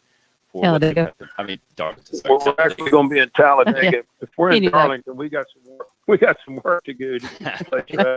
I was looking at Kerry just had a heart attack. Looking at your dates for next week, next year. That is in May and September. Yeah, we're excited about those. Absolutely. Talladega is it's a wild card. It is without question one of those tracks where, you know, you could kind of shuffle the cards and see which one came out of the stack. But the Penske cars have been very, very good down there of late. You know, some of these guys that are outside that top 8 right now probably need to get a win. Kevin Harvick could be one of those guys that we're looking at. But, you know, Talladega is one of those that you always, it's so unpredictable. I think it's even more unpredictable than Daytona. Mm-hmm. I would agree. All right. Yep. With that being said, then who are you gonna select? Well, I do like the Team Penske crew that with the Ford manufacturer. They've been really good down there the last 4 or 5 times. I'm kind of torn between which one of those guys to take. But I'm going to go with Joey Logano. I think he's going to be pretty good down there. A win would really, I think, go a long way for his confidence and his championship hopes. So I'm going to go with Joey Logano to win Sunday down at Talladega. Oh, the Logano pick met with simultaneous head nods from both Bill and Jen. Clearly NASCAR kindred spirits. Jen, where you go with your pick? Probably not the favorite, but I'm just thinking I'm feeling Ryan Blaney. Okay. Yep. Logano and Blaney are off the board. Bill, where are you going? I appreciate Jen. I actually appreciate you taking that because Ryan Blaney, 2 wins there at Talladega the last 2 years, but he's also finished outside of the top 10 in the other races there. He's a hit or miss pick. I like Blaney. I was debating on it, but you make it easy for me. Give me back my guy. Give me my guy. Give me Hamlin. That made it because I really wanted to take Blaney, but Jen taking him takes a little pressure off me. Give me my guy in Hamlin. All right, everybody, join us in full against Denny Hamlin. Terry, thank you as always for joining us on this segment. Hope you have a good weekend and good luck with your pick. That'll do it for the early game this morning here on 107.5 The Game. WNKT-FM, Eastover, Columbia.